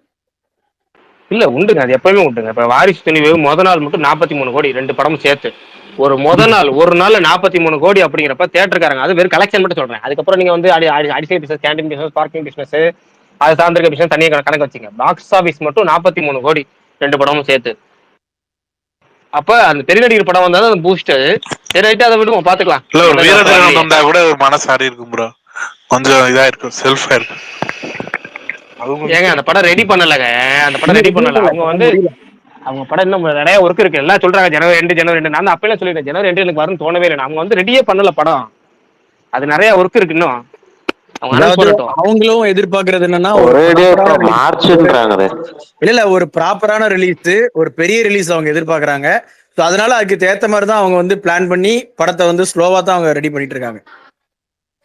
சீரியஸாவே பல படங்கள் அப்படிதான் எடுத்துட்டு இருக்காங்க. சரி ரைட் ஓகே, பாருங்க ஸ்மார்ட் சர்வ் ஏதோ சொல்லுங்க. கடைசி சொல்ல வந்தீங்க இந்த டாக்கு மகாராஜா சுமாரா தான் வந்திருக்கு review. Bye. Okay bye brother, happy Pongal. Smart serve brother, நீங்க ஏதோ சொல்லிட்டு இருந்தீங்க கடைசியா, அதை மட்டும் சொல்லுங்க. வணங்கான் பத்தி பேச வந்தீங்கன்னு நினைக்கிறேன். ஆமா ப்ரோ, நேற்று ஃப்ரெண்ட்ஸ் கூட வணங்கான் படம் போனேன். அதான் பாலா சார் படம் தான். சில சீன்லாம் படம் ஓகே, ஒன் டைம் வாட்சபிள் பார்க்கலாம். ஒரு ஹாப்பி என்டிங் மாதிரி போச்சு. அதுக்கப்புறம் வழக்கம் போல பாலா சார் என்ன பண்ணுவாரோ அதை பண்ணாரு. உடனே தியேட்டர்ல பாத்தீங்கன்னா நாங்க ஓகே கேம் சேஞ்சர் தான் போயிருப்பாங்க நிறைய பேர். இந்த தேட்டர் ஃப்ரீயா தான் இருக்கும்ட்டு போனோம். பாத்தீங்கன்னா ஒரு 50% மோஸ்ட்லி வந்திருந்தாங்க. நார்மல் டேஸ்லயே சாட்டர்டே தான் இருந்தாலும் வந்திருந்தாங்க. எல்லாருமே பார்த்தாங்க. அந்த கதை வந்து அந்த கரெக்டா ஃபர்ஸ்ட் ஹீரோ, அந்த ஹீரோயின் இன்ட்ரோடக்ஷன், அதுக்கப்புறம் ஒரு இன்டர்வலுக்கு முன்னாடி தான் அந்த படமே தொடங்குச்சு. கதைக்குள்ள போனாங்க. அது சில இதெல்லாம் பாலாசார் இப்படிலாம் அந்த ஒரு டேரக்டர் அவர் இதுக்கு முன்னாடி வந்த படத்துலலாம் இந்த மாதிரிலாம் காட்ட மாட்டாரு. அதெல்லாம் கொஞ்சம் அந்த ஹீரோயின்ல ஃபர்ஸ்ட் இன்ட்ரோடக்ஷன் அந்த மாதிரி காமிச்சிருந்தாரு. அது விவேகானந்த இது கிடையாது. அதுக்கப்புறம் ஒரு சீன் வரும். அதுக்கப்புறம் பாத்தீங்கன்னா அந்த மெயின் பிளாட்ல வரும்போது அது அவ்வளவு டெப்தா காமிச்சிருக்க வேண்டாம். அது வந்து ஆடியன்ஸ் பாயிண்ட் ஆஃப் வியூல இவங்களுக்கு அந்த எதுக்கு இவர் இப்படி பண்றாருன்னு புரிய வைக்கிறதுக்காக இது பண்ணிருக்காங்கன்னா அது அவ்வளவு டெப்தா ஏன் இவர் இதுக்கு முன்னாடிலாம் அந்த மாதிரி காமிச்சிக்க மாட்டாருன்ட்டு நினைச்சேன். அது கொஞ்சம் இதா இருந்துச்சு. மற்றபடி செகண்ட் ஹாஃப் ஓகே சூப்பரா இருந்துச்சு. மிஸ்கின் கொடுத்த கேரக்டர் எல்லாருமே சூப்பரா பண்ணியிருந்தாங்க. நல்ல சாய்ஸ் கேரக்டர். ஒவ்வொருமே அவங்களோட எதை பெர்ஃபெக்டா கொடுக்க முடியுமோ சூப்பரா கொடுத்துருந்தாங்க. நல்லா ஒர்க் வாங்கியிருந்தாரு. அருண் ஜெய் சார் உண்மையிலேயே நல்லா நடிச்சிருந்தாங்க. அடுத்து பாத்தீங்கன்னா அந்த அருண் ஜெய் சார் அந்த தங்கச்சியா நடிச்ச பொண்ணு உண்மையிலேயே சூப்பரா நடிச்சிருந்தாங்க. மற்றபடி படம் அதான் ரொம்பவும் சூப்பரா இல்ல, அதுக்கும் சுமாருங்களா. பாலா சார் எப்போ யூஸ்வலா எடுப்பாரோ அதே மாதிரி இருந்துச்சு. ஓகே லெவல் அந்த மாதிரி இருந்துச்சு பிரதர். டாக்கு மகாராஜா இன்னொருத்தவங்க யாரு ப்ரோ? இல்ல டாக்கு மகாராஜா பத்தி மாவீரன் தான் சொல்லணும். மாவீரன் பாத்துட்டீங்களா? கொமுரம் பீமானோ கொன்றாலும் காலில் மல்லி அந்த படத்துல நான் பாப்பேன் ப்ரோ. இது சொல்லிட்டு இருக்கீங்க கொன்னாலும் அந்த படத்துல ஒரு சாட்டை எடுத்து அடிச்சாரு. அதை போய் தேட்டர்ல பாப்பேன். ஒரே ஒரு தடவை எனக்காக இன்னொரு தடவை பாடுங்க. ஒரு தடவை பாடு ப்ரோ, இன்னொரு வாட்டி பாடு ப்ரோ. ப்ரோ சீரியஸாவே கேக்குறோம் ப்ரோ, பாடுங்க ப்ரோ. உன் இல்ல பாட்டை ஆவலோடு கேட்க வந்த எங்களை அது ஏமாற்றாதே என்ன காந்தா, பாடு காந்தா பாடு. இதுக்கு ஒருத்தர் வாழ்க்கையை ஒருத்தர் டிப்ரெஷன் ஆயிட்டேன் அப்ரெஷன் ஆயிட்டேன்னு நீங்க கேம் சேஞ்சருக்கு சொல்லும் போதெல்லாம் கேட்க நல்லா தான் இருக்கு. சரி உங்க ரசனை எல்லாம் பயங்கரமா வளர்ந்துருக்கு போலன்னு கடைசியில் டாக்கு மகாராஜாவுக்கு போட்டி போட்டுட்டு இருக்கீங்க. அது என்ன எனக்கு அந்த சந்தானம் அப்படிதான் ஞாபகம் வருது. ஆமா எத்தனை வருஷம் உனக்கு தண்டனை? 6 வருஷம். இங்க எத்தனை வருஷமா இருக்கு? 10 வருஷமா அப்படின்ற மாதிரி.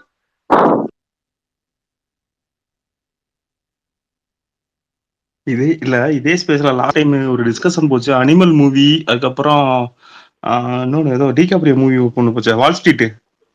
அதுக்கு அப்போ நீங்க அனிமல் மூவி எதுக்கு பிடிச்சிருக்கீங்கன்னா அந்த பிஜிஎம் வந்து நீங்க பாடியே காமிச்சீங்க. அப்பவே உங்களுக்கு நிறைய ஃபேன்ஸ் உருவாயிட்டீங்க. இப்பவும் உங்களோட உண்மையில அந்த பாட்டு திறமை நல்லா இருக்கு பிரதர். இப்போ சுகன் ப்ரோ, நானும் கிரிக்கெட்ல பீடாக்னு ஒருத்தர் வருவார்ல, அவர் பாடுவாரு. அந்த மாதிரி ஆயிப்போச்சு மாவீரனுக்கு.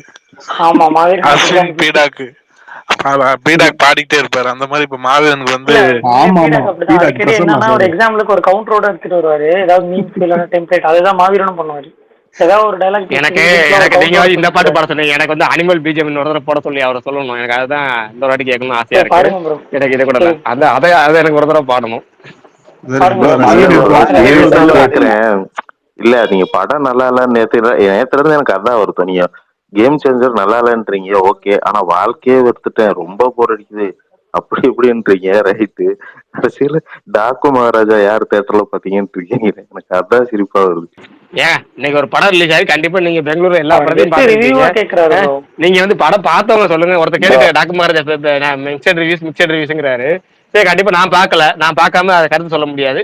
நான் பார்க்காத படத்தை எந்த படத்தையும் பேசுறதா இல்லை நான். அதனால உங்களை பேச சொன்னேன், நீங்க படம் பார்த்துருப்பீங்கன்னு. பர்னி ப்ரோ போயிருப்பாரு, அவரும் போல அன்னைக்கு. ஆமா பர்னி என்ன படம் பார்த்தாரு இன்னைக்கு? பர்னி படம் பார்க்கவே இல்லையா? மதகஜராஜா மட்டும் போயிருக்காங்க. இல்ல மதகஜராஜா இன்னைக்கு மட்டும் தான் பார்த்தேன். விசுவாசம் படத்தையும் எந்திரன் படத்தையும் தான் டிவியில பார்த்தேன். சொல்லுங்க ப்ரோ. நான் பேசுறது கேக்குதா? கேக்குது சொல்லுங்க. ஓகே மிக்ஸ் ஆயிடுச்சு, அதனால தான் சாரி. டாக்கு மகாராஜ் இங்க ரிலீஸ் ஆகல, அவர் படம் இங்க ரிலீஸ் ஆகாது. கேரளாவே பேன் பண்றோம். நாங்களே அவரை பேன் பண்ணிட்டோம். ஆக்சுவலா இன்னைக்கு எந்திரன் படத்தை பார்த்துட்டு தான் ஃபீல் பண்ணிட்டு இருந்தேன் நான். என்னடா இந்த அடி அடிக்கிறீங்க இந்த மனுஷனை போட்டு. அடிக்கணும்னே போட்டிருப்பாங்க போல இருக்குல்ல, அடிக்கணும்னே எந்திரன் போட்டிருப்பாங்க போல. அந்த மாதிரியா? சுவன் ப்ரோ புரியல. இன்டர்ஸ்டெல்லர் கிளைமாக்ஸ்ல ஹீரோ ஃபீல் பண்ணல, இமேஜினேஷன்லாம் அந்த விஷுவல்ஸ் எல்லாம் பார்த்துட்டு அந்த மாதிரியா? உண்மையிலே ஒரு சீனுமே அப்படி இருந்துச்சு ப்ரோ. கிளைமாக்ஸ்ல சிட்டி எல்லாம் ஒரு பாட்டா கழட்டிக்கல, கண் கலங்கிச்சு ஒரு மாதிரி. இப்ப இருக்கிற சினாரியோ யோசிச்சு பார்த்து ஒரு மாதிரி ஆயிடுச்சு. என்ன ப்ரோ இன்னைக்கு பாத்தீங்களா? நான் படம் பார்த்தேன் ப்ரோ, மதகஜராஜா வணங்கான் ரெண்டுமே பார்த்தேன். பேக் டு பேக் பார்த்தேன். நான் ரொம்ப நாளுக்கு அப்புறம் பேக் டு பேக் ஒரே தேட்டர்ல அப்படியே 2 ஷோவும் கண்டினியூஸா பார்த்தது இன்னைக்கு. ஸோ மதகஜராஜா வணங்கான்ல பார்த்தீங்க அப்படின்னா எனக்கு வணங்கான் ஃபார் பெட்டர் தென் மதகஜராஜான்ற மாதிரி ஃபீல் ஆச்சு. மறுபடியும் வந்து என்னன்னா ஒரு ஃப்ரெஷ் ஷோ வந்து என்னன்னா ஆஃப்டர் டிடி ரிட்டர்ன்ஸ் 3க்கு அப்புறம் ஒரு ஃப்ரெஷ் ஷோ வந்து என்னன்னா டிசப்பாயிண்ட் பண்ணிடுச்சோ அப்படின்ற மாதிரி ஃபீல் ஆச்சு. மேபி இது ஏன் பாயிண்ட் ஆஃப் வியூ தான், மற்றவங்க யாரையுமே சொல்லலை. எனக்கு மார்க்கோவுமே அப்படிதான் ஃபீல் ஆச்சு. மார்க்கோ என்னப்பா இவ்வளவு இது பண்றாங்க அப்படின்ட்டு நிறைய பேர் போட்டிருந்தாங்க. அந்த படமே என்ன மதகஜராஜை பொறுத்த வரைக்கும் ஒரு விஷயம் தான், சந்தானம் அந்த ஒன்லைனர்ஸா இருக்கட்டும், அதே மாதிரி பிரகாஷ் ப்ரோ சொன்ன மாதிரி தான் கரெக்டாக மனோபாலோட காமெடி அவ்வளோ செம்மையா இருக்கும், ஹிலாரியஸா இருக்கும், பயங்கரமா இருக்கும் அப்படின்லாம் நேற்று எல்லாருமே சொல்லிட்டு மார்னிங் வந்த ரிவ்யூஸும் அப்படி இருந்துட்டு நான் உள்ள போய் பார்க்குறப்போ எனக்கு வந்து என்னன்னா நான் ஓவர் எக்ஸ்பெக்ட் பண்ணிட்டேன்னா இல்லை அவங்க சொன்ன விஷயம் வந்து என்னன்னா கரெக்டாக தப்பா அப்படிங்கிற மாதிரி ஆயிடுச்சு. ஆனாலும் அது வந்து என்னன்னா 10 மினிட்ஸ்க்குள்ள தான், அரௌண்ட் 10 மினிட்ஸ்க்குள்ள தான் வந்திருக்குமே, அதிகபட்சம் அதுக்கு மேலே வந்திருக்காது. அதோட முடிஞ்சிருச்சு அவ்வளோதான். அதுக்கப்புறம் வந்து என்னன்னா உங்களுக்கு எம்ஜிஆர்ல எந்த ஒரு அதுக்கு டுவார்ட்ஸ் அந்த டைட்டில் கார்டு முடிகிற வரைக்குமே பார்த்தீங்கன்னா எதுவுமே உனக்கு ஹை பம்பாக இருக்காது. மோரோவர் இந்த சொல்கிறாங்களே இப்போ இந்த கிளாமரஸ் ஹீரோயின் விஷயம், இது டு பி ஃப்ராங்க் எனக்கு ரொம்ப நெருடலாக இருந்தது, ஓவர் டோஸ் ஆகுது. ஏன் பாயிண்ட் ஆஃப் வியூ தான் லைக் டிஃபால்ட்டாக வந்து என்னன்னா அவங்கள காட்டின விதமாக இருக்கட்டும், அது ஓகே, அது ஒரு சீன் வருது okay. But through out the movie வரப்போ வந்து என்னன்னா எனக்கு அன்கம்ஃபர்டபுளாக இருந்தது. கால் பேசிட்டு வரேன். யானை வாசிக்க ஆரம்பிச்சிட்டாரு. ஓகே இல்ல லாஸ்டா பேசுனது கேக்குறா? இல்ல லாஸ்டா கொஞ்சம் கரெக்டா என்ன பரவாயில்ல ப்ரோ, நார்மலா இண்டஸ்ட்ரி படம் மாதிரி. வரலட்சுமி சாருக்கு மட்டும் தான் ரொம்ப கம்சம். ப்ரோ நான் கிளாமர் தான் கேட்டேன், கலகலப்பு மாதிரி இருக்குமான்னு. கலகலப்புல கிளாமரா? என்ன ப்ரோ? கலகலப்பு என்னங்க ரெண்டு அந்த பாட்டு அந்த பாட்டுக்கு மட்டும் தானே வரும் கிளாமர். அதுக்கப்புறம் பெருசா இல்ல. அந்த ஓவியா அந்த பாட்டும் அந்த இந்த பாட்டுக்கு மட்டும் தானே, அதுக்கு மேல வரணும் இருக்காதுங்க கலகலப்புல. ஆமா bro. இதெல்லாம் கூட கொஞ்சம் இதுவா தானே இருக்கு. இல்ல பிரகாஷ் நீங்க சொன்னீங்கல்ல அது 5 மினிட்ஸ் தான் வரும்னு சொல்லி மனோபலா சொல்லுச்சு. இல்ல நான் எனக்கு என்னமோ 5 நிமிஷமா 7 நிமிஷமா தோணுச்சு எனக்கு. அதுக்கப்புறம் பெரிய பெருசாலாம் தெரியல. ஆனா இவங்க என்னமோ 20 நிமிஷம் 20 நிமிஷம் அவ்வளவுலாம் தோணலங்க.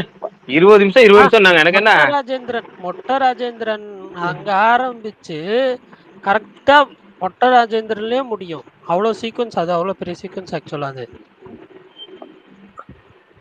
அது ஃபுல் சீக்வன்ஸ்.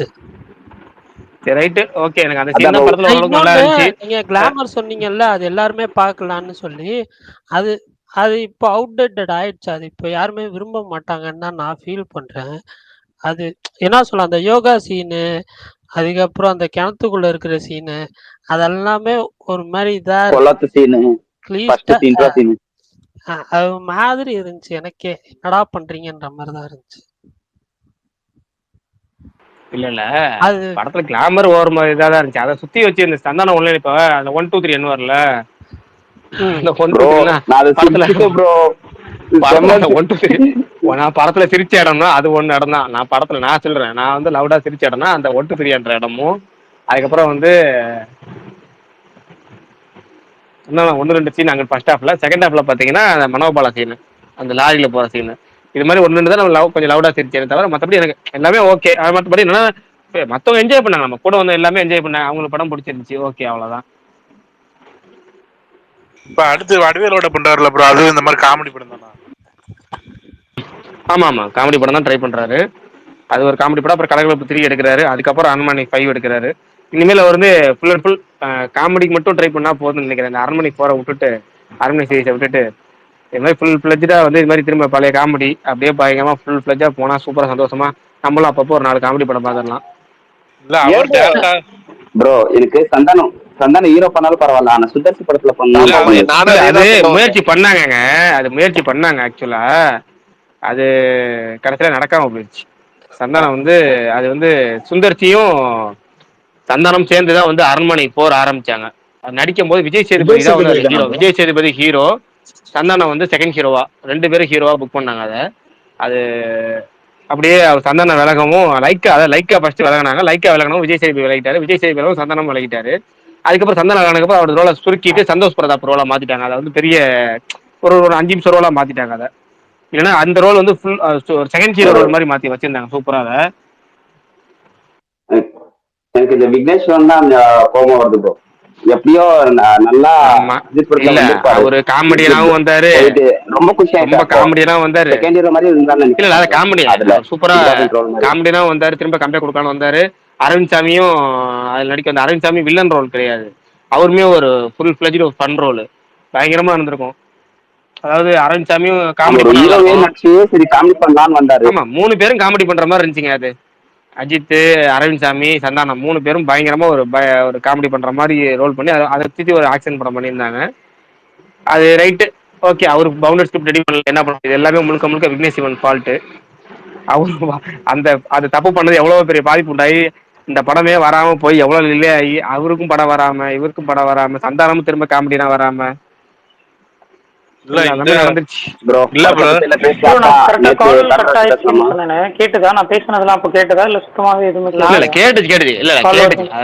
கடைசி ஒரு 4 செகண்ட் வந்து ஜஸ்ட் இந்த பியானோ அவ்வளவுதான், வேற ஒண்ணும் இல்ல. சரி ப்ரோ, அதான் நான் இப்போ இன்னொரு கொஞ்சம் தான் இருக்கு. அது எனக்கு வந்து என்னன்னா இல்ல நடுவில் இன்னொருத்தர் பேசிட்டு இருந்தாரு, அப்படியே இது முடிச்சிடும். இன்னொரு ரொம்ப நேரமா இன்னொரு கை தூக்கி இருக்கேன், கை தூக்கும் போதே பேசிடுவோம். இன்னொரு சொல்லிருங்க. பிரகாஷ் ப்ரோ இப்பதான் ப்ரோ படத்துக்கு போயிட்டு நல்லா இருந்து ப்ரோ. அந்த 1 2 3 தியேட்டர் ரொம்ப பல வருஷம் கழிச்சு செம சிரிப்பு ப்ரோ. படம் நல்லா இருக்கு. ஆனா நான் சவுண்ட் எஃபெக்ட் ரொம்ப பயப்படுறதுனால அது சுத்தமா சரௌண்ட் எதுவும் இல்லை ப்ரோ. ஒரு ரீலீஸ் பார்த்த மாதிரி இருந்தது.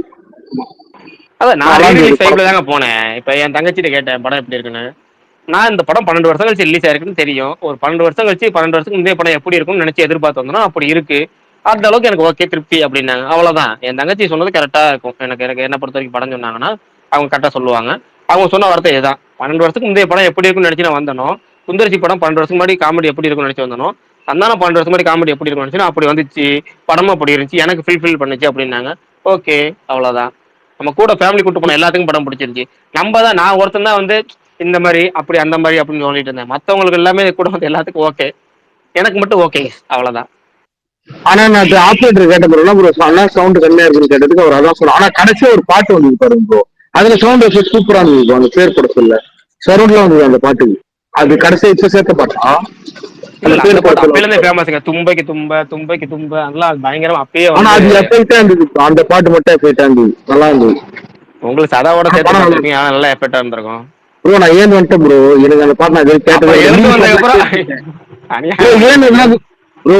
நான் படிக்கட்டு ஏறி இந்த தேட்டர் மீட்டு தேட்டரு படிக்கட்டு ஏறிட்டு ஒரு 5 நிமிஷம் ஆகும் நான் வெளில வரத்துக்கு. அதுல அந்த பாட்டே முடிஞ்சிருச்சு, அதனால சொல்றேன். ஆனா நல்லா இருந்தது. எனக்கு 120 ரூபா வருது ப்ரோ. ஆமா, பொங்கலுக்கு ஒரு படம் முடிஞ்சது, அடுத்தது ஜெயம் ரவி படம். ஆமா இன்னைக்கு. ஆனா ப்ரோ எங்களுக்கு ஆமா எனக்கு இன்னொரு சந்தோஷம் எங்களுக்கு படம் வராத சந்தோஷம் ஏகே அந்த வின் பண்ணது ரொம்ப சந்தோஷமாயிடுச்சு. அந்த கவலை மறந்துடுச்சு. நேற்று அவர் வீடியோல பாதி மறந்தது, இன்னைக்கு ஜெயிச்சதுல ஃபுல்லா மறந்துட்டோம். இதோட லைக் ஏதாவது ஒரு 2-3 போட்டா நல்லா இருக்கும். அவங்க என்ன பண்ணுவான்னு தெரியல. ட்ரெய்லர் ரிலீஸ் பண்ணலாம், படம் அவங்க எப்ப ரிலீஸ் பண்ணாலும் ரிலீஸ் பண்ணிட்டு. எனக்குமே ஓகேவா தான் ஏன்னு தெரியல. எனக்குமே படம் வந்தேன்னா பெருசா வந்தேன்னா அவ்வளோ என்டர்டைன்மெண்டா இருந்துச்சு அப்படின்னு சொல்லிட்டா கண்டிப்பா இல்லை. நான் சாண்டாவை அடிக்கடி எதிர்பார்த்துட்டே இருந்தேன். எனக்கு சாண்டாவோட சீன்ஸ் வரப்போ மட்டும்தான் அவ்வளோ என்கேஜா இருந்த மாதிரி ஃபீல் ஆச்சு. உங்களுக்கு யாருக்காவது அப்படி ஃபீல் ஆச்சான்னு தெரியல.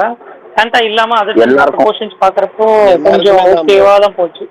சாண்டா வரப்போ மட்டும் ஒரு மாதிரி மறுபடியும் பேக் டு ஃபார்ம் நல்லா இருக்கு, அவரோட கவுண்டர் நல்லா இருக்கு, ஆன்லைன் நல்லா இருக்கு அப்படின்ற மாதிரி. சுகன் ப்ரோ நம்ம வந்து கேம் சேஞ்சர் பார்க்கல இல்ல, அதனால நமக்கு ஆவரேஜா தெரிஞ்சிருக்கும் போல இருக்கு. கேம் சேஞ்சர் பார்த்துட்டு பார்த்தா இது நல்லா இருக்கும் போல இருக்கு. அதுக்காக நான் இதை பார்க்கணுன்றதுனால இல்ல, நான் அது பிரகாஷ் ப்ரோ சொன்ன மாதிரி நான் சொல்லிட்டேன், ஸ்கிப் பண்ணிடுவேன். அதை நான் கண்டிப்பா பார்க்க போறது இல்லை. பட் ஆனால் நான் அடுத்து வணங்கன்னு பார்த்தேன்னு சொன்னேன்ல, அது எனக்கு நல்லாவே வந்தேன்னா ஒர்க் ஆச்சு, பிடிச்சிருந்தது. ஆக்சுவலா என்ன வணங்கன்னு விஷயத்துலையுமே பார்த்தீங்க அப்படின்னா ஃபர்ஸ்ட் அந்த 30 to 40 மினிட்ஸ் ஒரு டைம் எடுத்துட்டு அதுக்கப்புறம் ஸ்டோரிக்குள்ள போனதாக இருக்கட்டும். அப்புறம் அந்த ஒன்ஸ் அந்த ஸ்டோரிக்குள்ள போனதுக்கப்புறம் எனக்கு சூப்பராக இருந்தது. முக்கியமாக பாலாக்கிட்ட வந்து என்னன்னா அந்த ஹியூமரஸ் வந்து என்னன்னா கொஞ்ச நாள் ரீசெண்டாக வந்த படங்கள் அந்த அளவுக்கு இல்லை. ஐ மீன் அது ஹியூமர்னு இருக்காது, பட் ரியலாகவே ஆக்ட்ரஸோ இல்லை கேரக்டர்ஸோ பண்ணுற விஷயமே நமக்கு வந்து என்னன்னா என்ஜாயபிளாக இருக்கும். சீரியஸ்னஸாகவும் இருக்கும், அதே நேரத்தில் கொஞ்சம் என்ஜாயபிளாகவும் இருக்கும். அந்த மாதிரி வந்து என்னன்னா அந்த court scene, police station scene இதெல்லாமே இருந்தது. மிஸ்கின்லாம் சூப்பராக பண்ணியிருந்தாரு. அந்த டுவார்ட்ஸ் கிளைமேக்ஸில் ஒரு விஷயத்த பண்ணிட்டாரு. நீ என்ன எதிர்பார்த்து வந்த பாலா படம் தானே எதிர்பார்த்து வந்தாரு. ஸோ பாலா படத்தில் என்ன எண்டிங் இருக்கும் அந்த மாதிரி தான் எண்டிங் இருக்கும் அப்படின்றது மட்டும்தான் எனக்கு ஏண்டா மறுபடியும். அட்லீஸ்ட் அதுக்கு முன்னாடி நல்லா தானே இருந்துச்சு, அப்படியே முடிச்சிருந்தா கூட நல்லா தானே இருந்திருக்காங்க. ஒரு ஹாப்பி எண்டிங் நம்ம பாலா படத்தில் பார்த்தா என்ன குறைஞ்சா போகிறோம், இல்லை நம்ம எதுவும் குறையா சொல்ல போகிறோமா, இல்லை இல்லை. பட் ஏன் இந்த ஒரு சேட் எண்டிங் வைக்கணும் அப்படின்றது மட்டும்தான் எனக்கு அதில் வந்து என்னன்னா கொஞ்சம் மாற்றி பெட்டராக பண்ணியிருக்கலாம்னு தோணுச்சு. பட் வணங்கான் நான் எதிர்பார்த்ததை விட சூப்பராக எனக்கு ஒர்க் ஆச்சு, பெட்டராகவும் இருந்தது. அருண் விஜய் அட்டகாசமாக பண்ணியிருந்தாப்புல, எனக்கு தெரியும் சூப்பரான ஒர்க் அருண் ஒர்க். இப்போ தான் நான் முடிச்சுட்டு வெளில வரப்போ தான் நம்ம ஸ்டேஜ் ஸ்டார்ட் ஆச்சு தேட்டர்லேருந்து வெளில வரப்போ. ஸோ அப்படியே பேசணும்னு நினச்சேன், அதான் சொல்கிறேன்.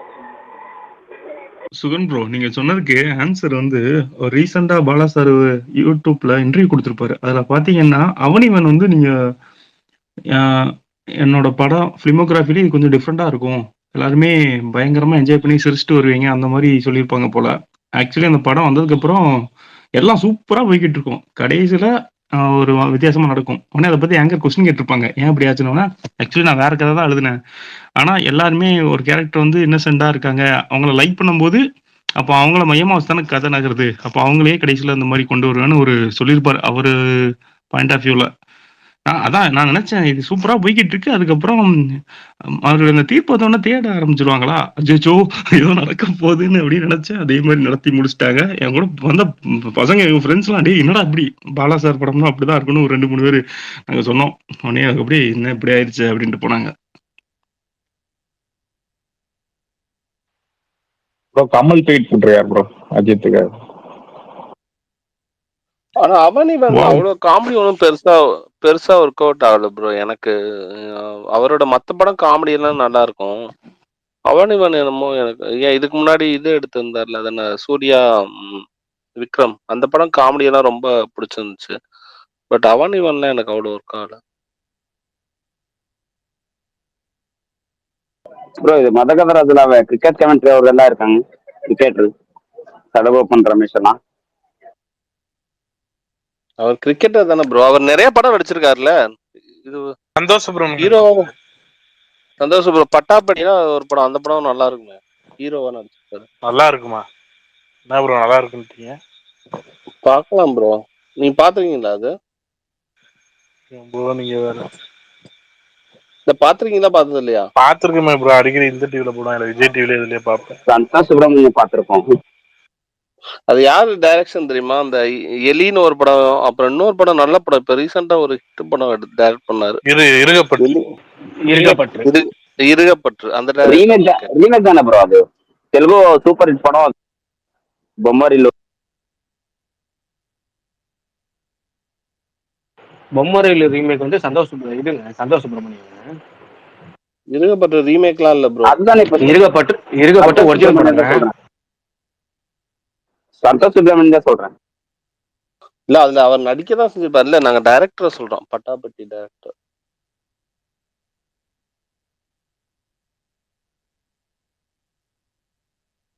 இன்னைக்கு யாரும் காதலிக்க நேரம்ல ஆடியோ லான்ச் பாத்தீங்கன்னா நல்லா இருந்துச்சு, வைபா இருந்துச்சு. பிரகாஷ் ப்ரோ அடுத்து பொங்கலுக்கு வர படத்துல எது ப்ரோ நல்லா இருக்கும்? ரெண்டுத்துல உங்க சாய்ஸ் எது? நம்ம ஃபர்ஸ்ட் போலாம், நீங்க சொல்லுங்க. நேசிப்பாயா இல்ல நான் காதலிக்க நேரம் இல்லை போற மட்டும்தான் ஐடியா. நேசிப்பாய் இன்னும் 2 படம் வரதுக்கு முன்னாடியே பொங்கல் வின்னர்னு போட்டாங்களே ப்ரோ. மேபி அந்த 2 ஏதாவது பாக்ஸ் ஆஃபீஸ் வைஸ் இதானே பொங்கல் வின்னர், அவ்வளவுதாங்க. அந்த படம் ஏ சென்டர் படம், ரெண்டுமே ஏ சென்டர் படம் தான். ரெண்டுமே பியூர் லவ் அப்படின்னா வந்து ஒரு கமர்ஷியல் எலிமெண்ட்ஸ் இருக்குல்ல, அதனால இது பொங்கல் வின்னர், அவ்வளவுதான். இல்ல எனக்கு என்ன ஒரு பயம்னா, இறைவன் மாதிரி கொத்தாயிடக்கூடாது, அது ஒண்ணு மட்டும்தான். எல்லாரும் அப்படிதான் இறைவனுக்கு எல்லாருமே சொல்லிட்டு இருந்தாங்க நல்லா இருக்கும் நல்லா இருக்குன்னு போனோம்.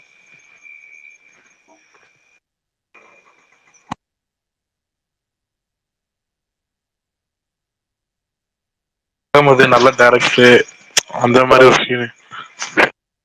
நான் பிரகாஷ் பாய் இன்னைக்கு ஒரு காமெடி நடந்தது ப்ரோ. நான் போன தியேட்டர்ல இந்த படம் ஒரு 100-120 பேர் ப்ரோ, அந்த படத்துக்கு வெறும் 30 பேர். அந்த தியேட்டர் மேனேஜர்கிட்ட பத்தி பேசியிருந்தேன் நானு படத்தை பத்தி. அவர் சொன்ன அவங்க 23 தான் சொல்லியிருக்காங்களாம் ப்ரோ, ரெட்லர் சைட்ல இருந்து. நீங்க அவங்க மேனேஜர்கிட்ட பேசுறதுக்கு நேரம் வாய்ப்பு கிடைச்சது ஒரு 1/4 மணி நேரம். அப்ப சொல்லியிருந்தேன் 30 பேர் தானா. ஆனா ஸ்கிரீன் மெயின் ஸ்கிரீன்ல ஓட்டணும்னு சொல்லிட்டு ஏதோ இருக்காம ப்ரோ, அதுதான் ப்ரோ இது என்கிட்ட அவர் சொன்னார்.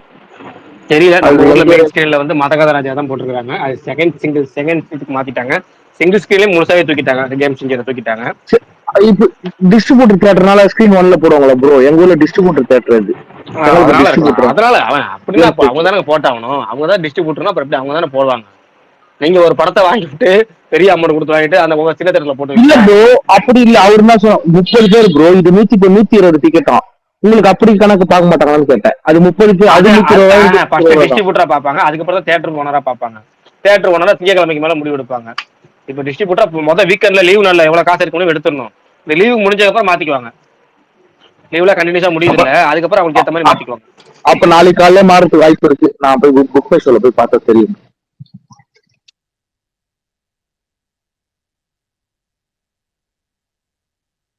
ப்ரோ டாபிக் இல்லைன்னா நேற்று பேசலாமா? விஜய் கணேஷ் சொல்லுங்க, நீங்க ஏதாவது அதை பத்தி பேசுங்க, சொல்லுங்க. அவர் பாட்டுக்கு வளர விட்டு போயிட்டாரு, அது எப்படிங்கிறது நம்ம பாயிண்ட் ஆஃப் வியூ சொல்லிடுறேன். இந்த அனில் ரவிப்பூடி இருக்காருல்ல, அவர் வந்து ஒரு மொரட்டு வந்து கிரிஞ்ச் பர்சன், ஓகேங்களா? அவர் எப்படின்னா எல்லாத்தையுமே வந்து ஒரு பிளான்டா வருவார். ஒரு ஃபர்ஸ்ட் சிங்கிள் அனௌன்ஸ் பண்ணணும்னா அதுக்கு ஒரு கிரிஞ்ச் வீடியோ ஒன்று ரெடி பண்ணிடுவார். இப்போ செகண்ட் சிங்கிள் அதுக்கு ஒரு ப்ரோமோ ஒன்று ரெடி பண்ணிடுவார். எப்பவுமே அது தனியாக டிஃப்ரெண்டா தெரியணும் அப்படிங்கிறத விரும்பக்கூடிய ஆள் அவர். இப்படி கடைசியா ஒரு வெங்கடேஷ் ஒரு பாட்டு பாடியிருப்பாரு. அந்த வெங்கடேஷ் பாடின பாட்டுக்கு வெங்கடேஷ் பாட போறாருங்கிறத ஒரு ப்ரோமோ ஒன்று விட்டுருப்பாரு. அதை நீங்க பாத்தீங்கன்னா தெரியும், என்னமோ அவ்வளவு பெரிய ஒரு சூப்பர் சீனியர் மாதிரி வரலாம். அந்த சீனியர் ஹீரோ வந்து அந்த பாட்டு பாடுறதுக்கு அந்த டேரக்டர் கெஞ்சிற மாதிரி ஒரு இதெல்லாம் வச்சு ப்ரோமோ விட்டுருப்பாரு. எப்பவுமே அவர் அதை வந்து கொஞ்சம் விரும்பக்கூடியவர். கிரிஞ்சா வீடியோ போட்டா ரீச் ஆயிருன்னு நினைப்பாரு, எப்படிதான் ரீச் ஆகும்னு ஆசைப்படுவாரு. அதனால அவரே வீட்டு கணேச சொல்லி பேச வச்சிருப்பாரோ அப்படிங்கிற சந்தேகம் இல்லாமல் இல்லை. சும்மா ஜாலியா ஒரு பண்ணு இருக்கட்டும், நம்ம ரீச் நல்லா நிறைய ரீச் ஆகட்டும், ஏதாவது ஒரு பேசினா நிறைய ரீச் ஆகும். தமிழ் சைடு இதை பத்தி பேசுவாங்க. ஏன்னா 12ஆம் தேதி வந்து இன்னைக்கு 17ஆம் தேதி படம் ரிலீஸ் ஆக போகுது, தமிழ் வெர்ஷனும் ரிலீஸ் ஆக போகுது டாக்கு மகாராஜா. ஜஸ்ட் ஜஸ்ட் ஒரு கான்ட்ரவர்சி டாபிக் மாதிரி கிளப்பி விட்டோம்னா நமக்கு நல்லா போகும். 2 பேர் நான் வேணாம் சொல்றேன், நீ வேணும்னு சொல்லு அப்படிங்கிற மாதிரி ஒரு 4-5 வாட்டி அதை சொல்லியிருப்பாங்க. பாத்தீங்கன்னா தெரியும் உங்களுக்கு.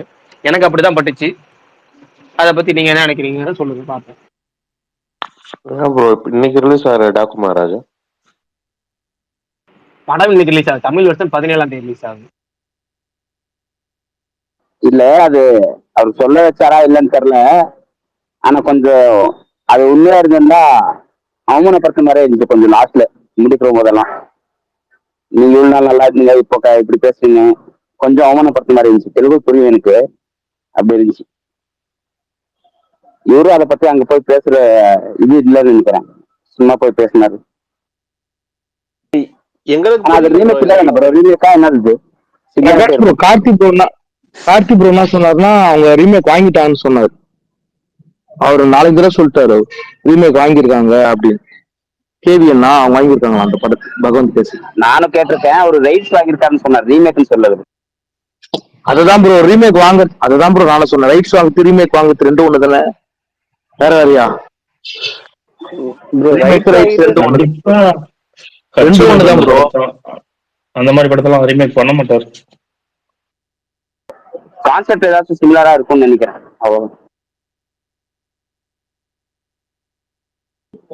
சரி அப்படியே போலாம் ப்ரோ முன்னாடி.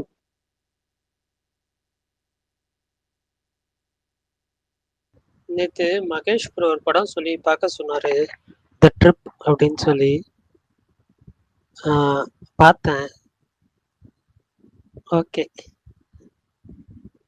ஏன் ஃபஸ்ட்டு ஒரு பாயிண்ட் வரைக்குமே வந்து இன்ட்ரெஸ்டாக போச்சு.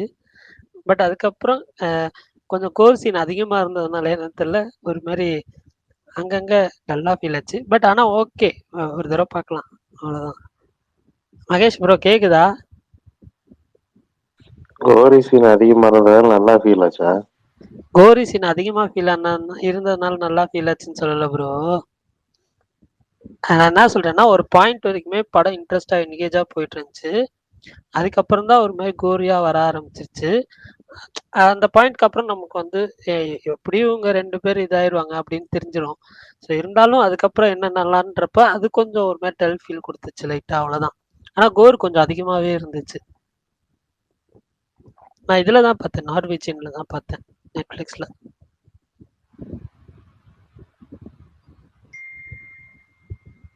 வேற ஒரு படம் ஸ்டார்ட் பண்ணியிருக்கேன், பட் அது ஒரு 10 நிமிஷம் மட்டும் பார்த்துருக்கேன். அது ஃபுல்லாக பார்த்துட்டு நாளைக்கு சொல்கிறேன். அதுவும் ஒரு இங்கிலீஷ் படம் தான்.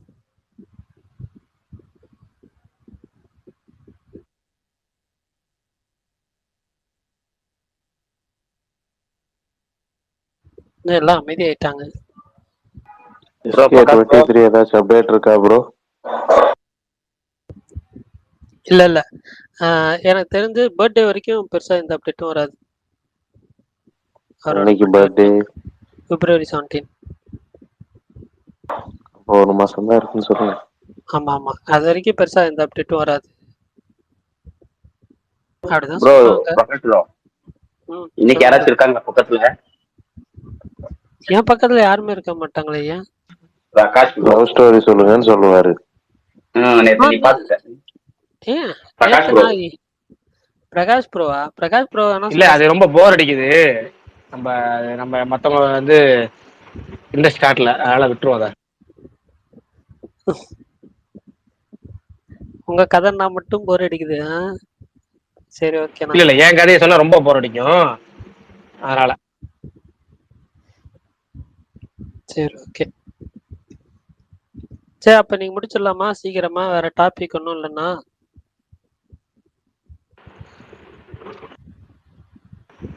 ஓகே, வேற என்ன டாபிக் இன்னைக்கு? கரெக்டா ஒரு 9:20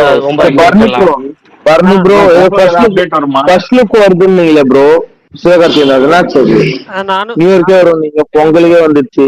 நல்ல கரெக்ட் தான் வினோத், நானும் வந்து வருதுன்னு சொன்னாங்க.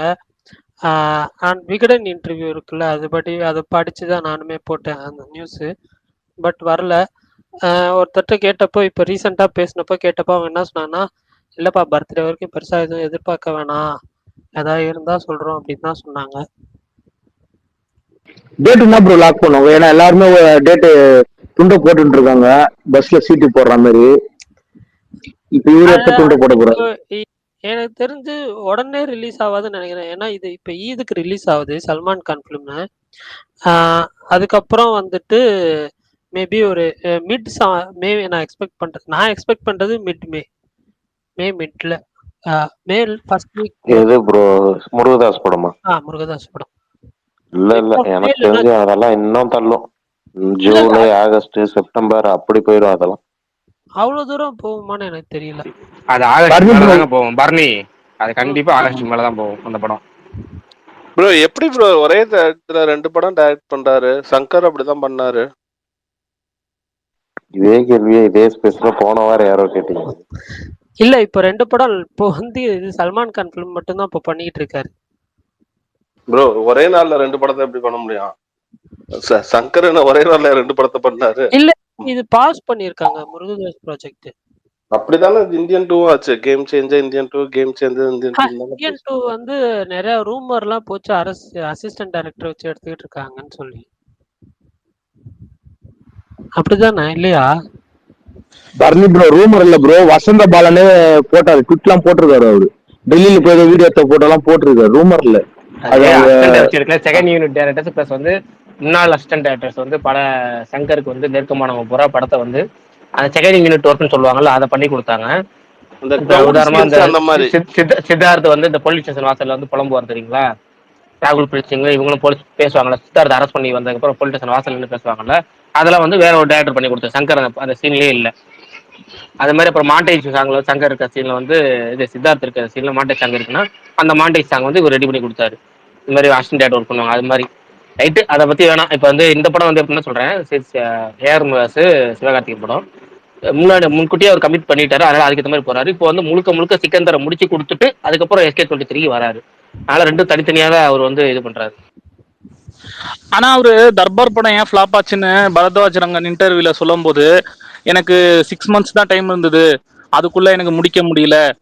அப்புறம் அமீர் கான் வந்து சொல்லியிருந்தாரு ஃபர்ஸ்டே டேட் போட்டு ஷூட்டிங் போக கூடாதுன்னு, இனிமேல் இப்படிலாம் தப்பு பண்ண மாட்டேன் அப்படிலாம் சொல்லியிருந்தாரு. இப்போ சிக்கந்தர் மார்ச் இந்த மாதிரி சொல்லிட்டு கமிட் பண்ணிட்டு தானே பண்றாரு. அப்போ இதுவுமே எப்படி வரும்?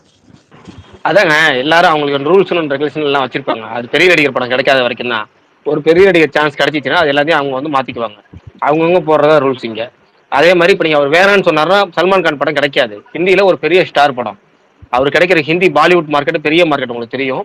அதுல வந்து அமீர் கான், சல்மான் கான், ஷாருக் கான் இவங்க 3 பேரும் மிகப்பெரிய ஸ்டார்ஸ்.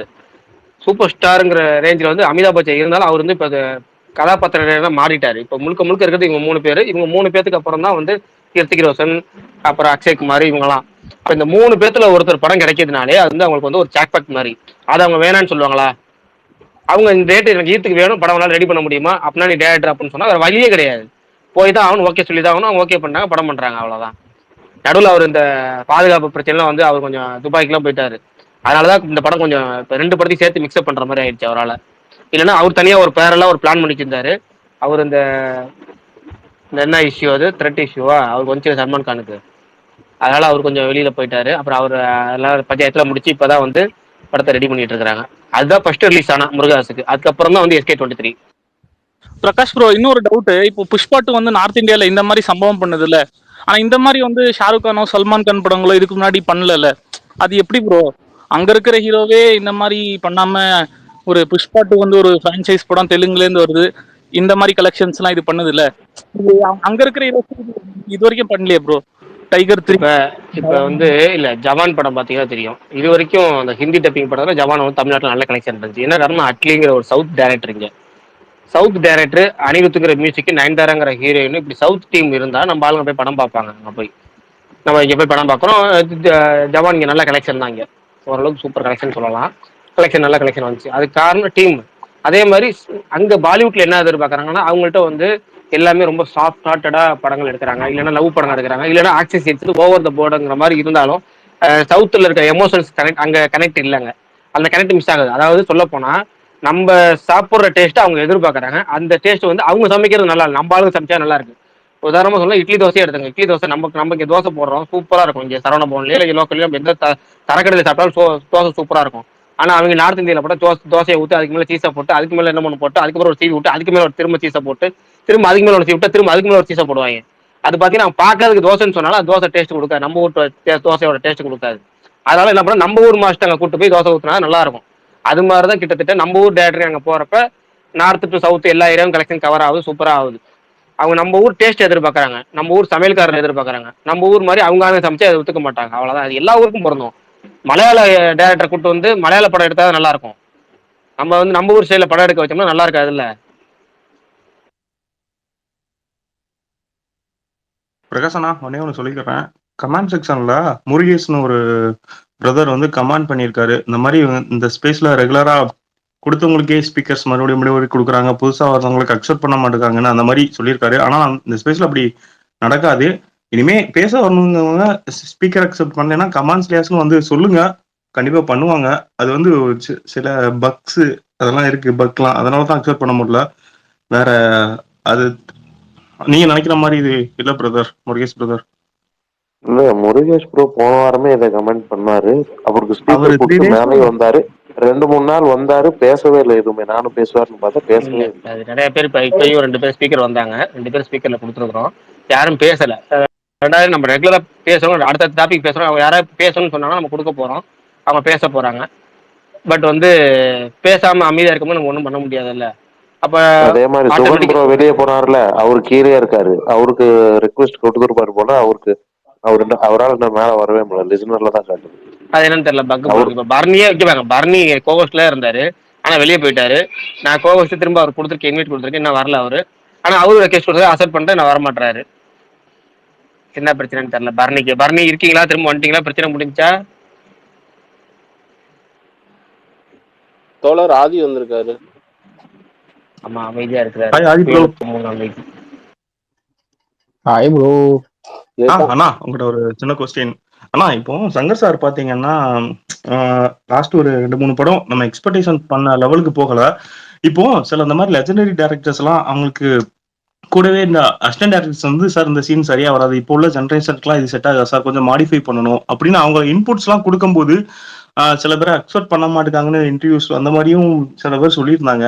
இப்போ ஒரு ப்ராடக்ட் வந்து வருது, அதுல வந்து இவங்களும் இன்வால்வ் ஆயிருக்காங்க. இவங்க சொல்ற ஐடியா இதுக்கு முன்னாடி பாத்தீங்கன்னா நான் ஒரு ஆர்டிகிளே பார்த்திருக்கேன். அதுல வந்து இந்த சிவாஜி மூவி, எந்திரன் மூவி எல்லாம் மிஸ்டேக்ஸ் எல்லாம் இருக்கும்போது சங்கர் சாருக்கு இந்த மாதிரி மெயில் பண்ணும்போது அவங்களை கூப்பிட்டு பாராட்டி, ஓகே இந்த மிஸ்டேக்ஸ் எல்லாம் இருக்குன்னு அவங்களுக்கு இதெல்லாம் கரெக்டா நோட் பண்ணிருக்கீங்கன்னு அவங்களுக்கு ஒரு பிரைசஸ் எல்லாம் கொடுத்து ஓகே நான் கரெக்ட் பண்ணிக்கிறேன் அந்த மாதிரி சொன்ன சங்கர் சார் இருந்தாரு. ஆனா இப்போ உள்ள லாஸ்ட் ஒரு 3 மூவிஸ் பார்க்கும்போது ஏன் அசிஸ்டன்ட் டைரக்டர் தாண்டி இவ்வளவு மிஸ்டேக்ஸ் வருது அப்படின்ட்டு ஒரு எண்ணம் வருதுல, அது எப்படின்னா இப்போ நீங்களும் அசிஸ்டன்ட் டைரக்டரா ஒர்க் பண்ணிருக்கீங்க, நீங்க சொல்றதெல்லாம் சில டேரக்டர்ஸ் கேட்டுப்பாங்க, இவரை மாதிரி ஒரு எக்ஸ்பீரியன்ஸான வெல் எக்ஸ்பீரியன்ஸ் டேரக்டர் வந்து இத எப்படி அதுல இருந்து கடந்து வரமாட்டுக்காருன்னு எனக்கு புரியல. அதை பத்தி நீங்க என்ன நினைக்கிறீங்க?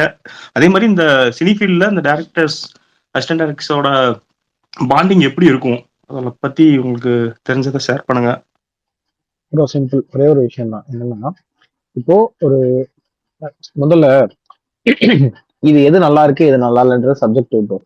இப்போ ஒரு விஷயம் தப்பா இருக்குன்னு வச்சுக்கோங்களேன், அதுக்கு வந்து இதுவே கிடையாது. இப்ப சரி தப்பு அப்படின்னு வச்சுக்கோங்க, அதை நம்ம சொல்லலாம், சரி தப்பா இருக்கு சரியா இருக்கு அப்படின்னு சொல்லலாம்.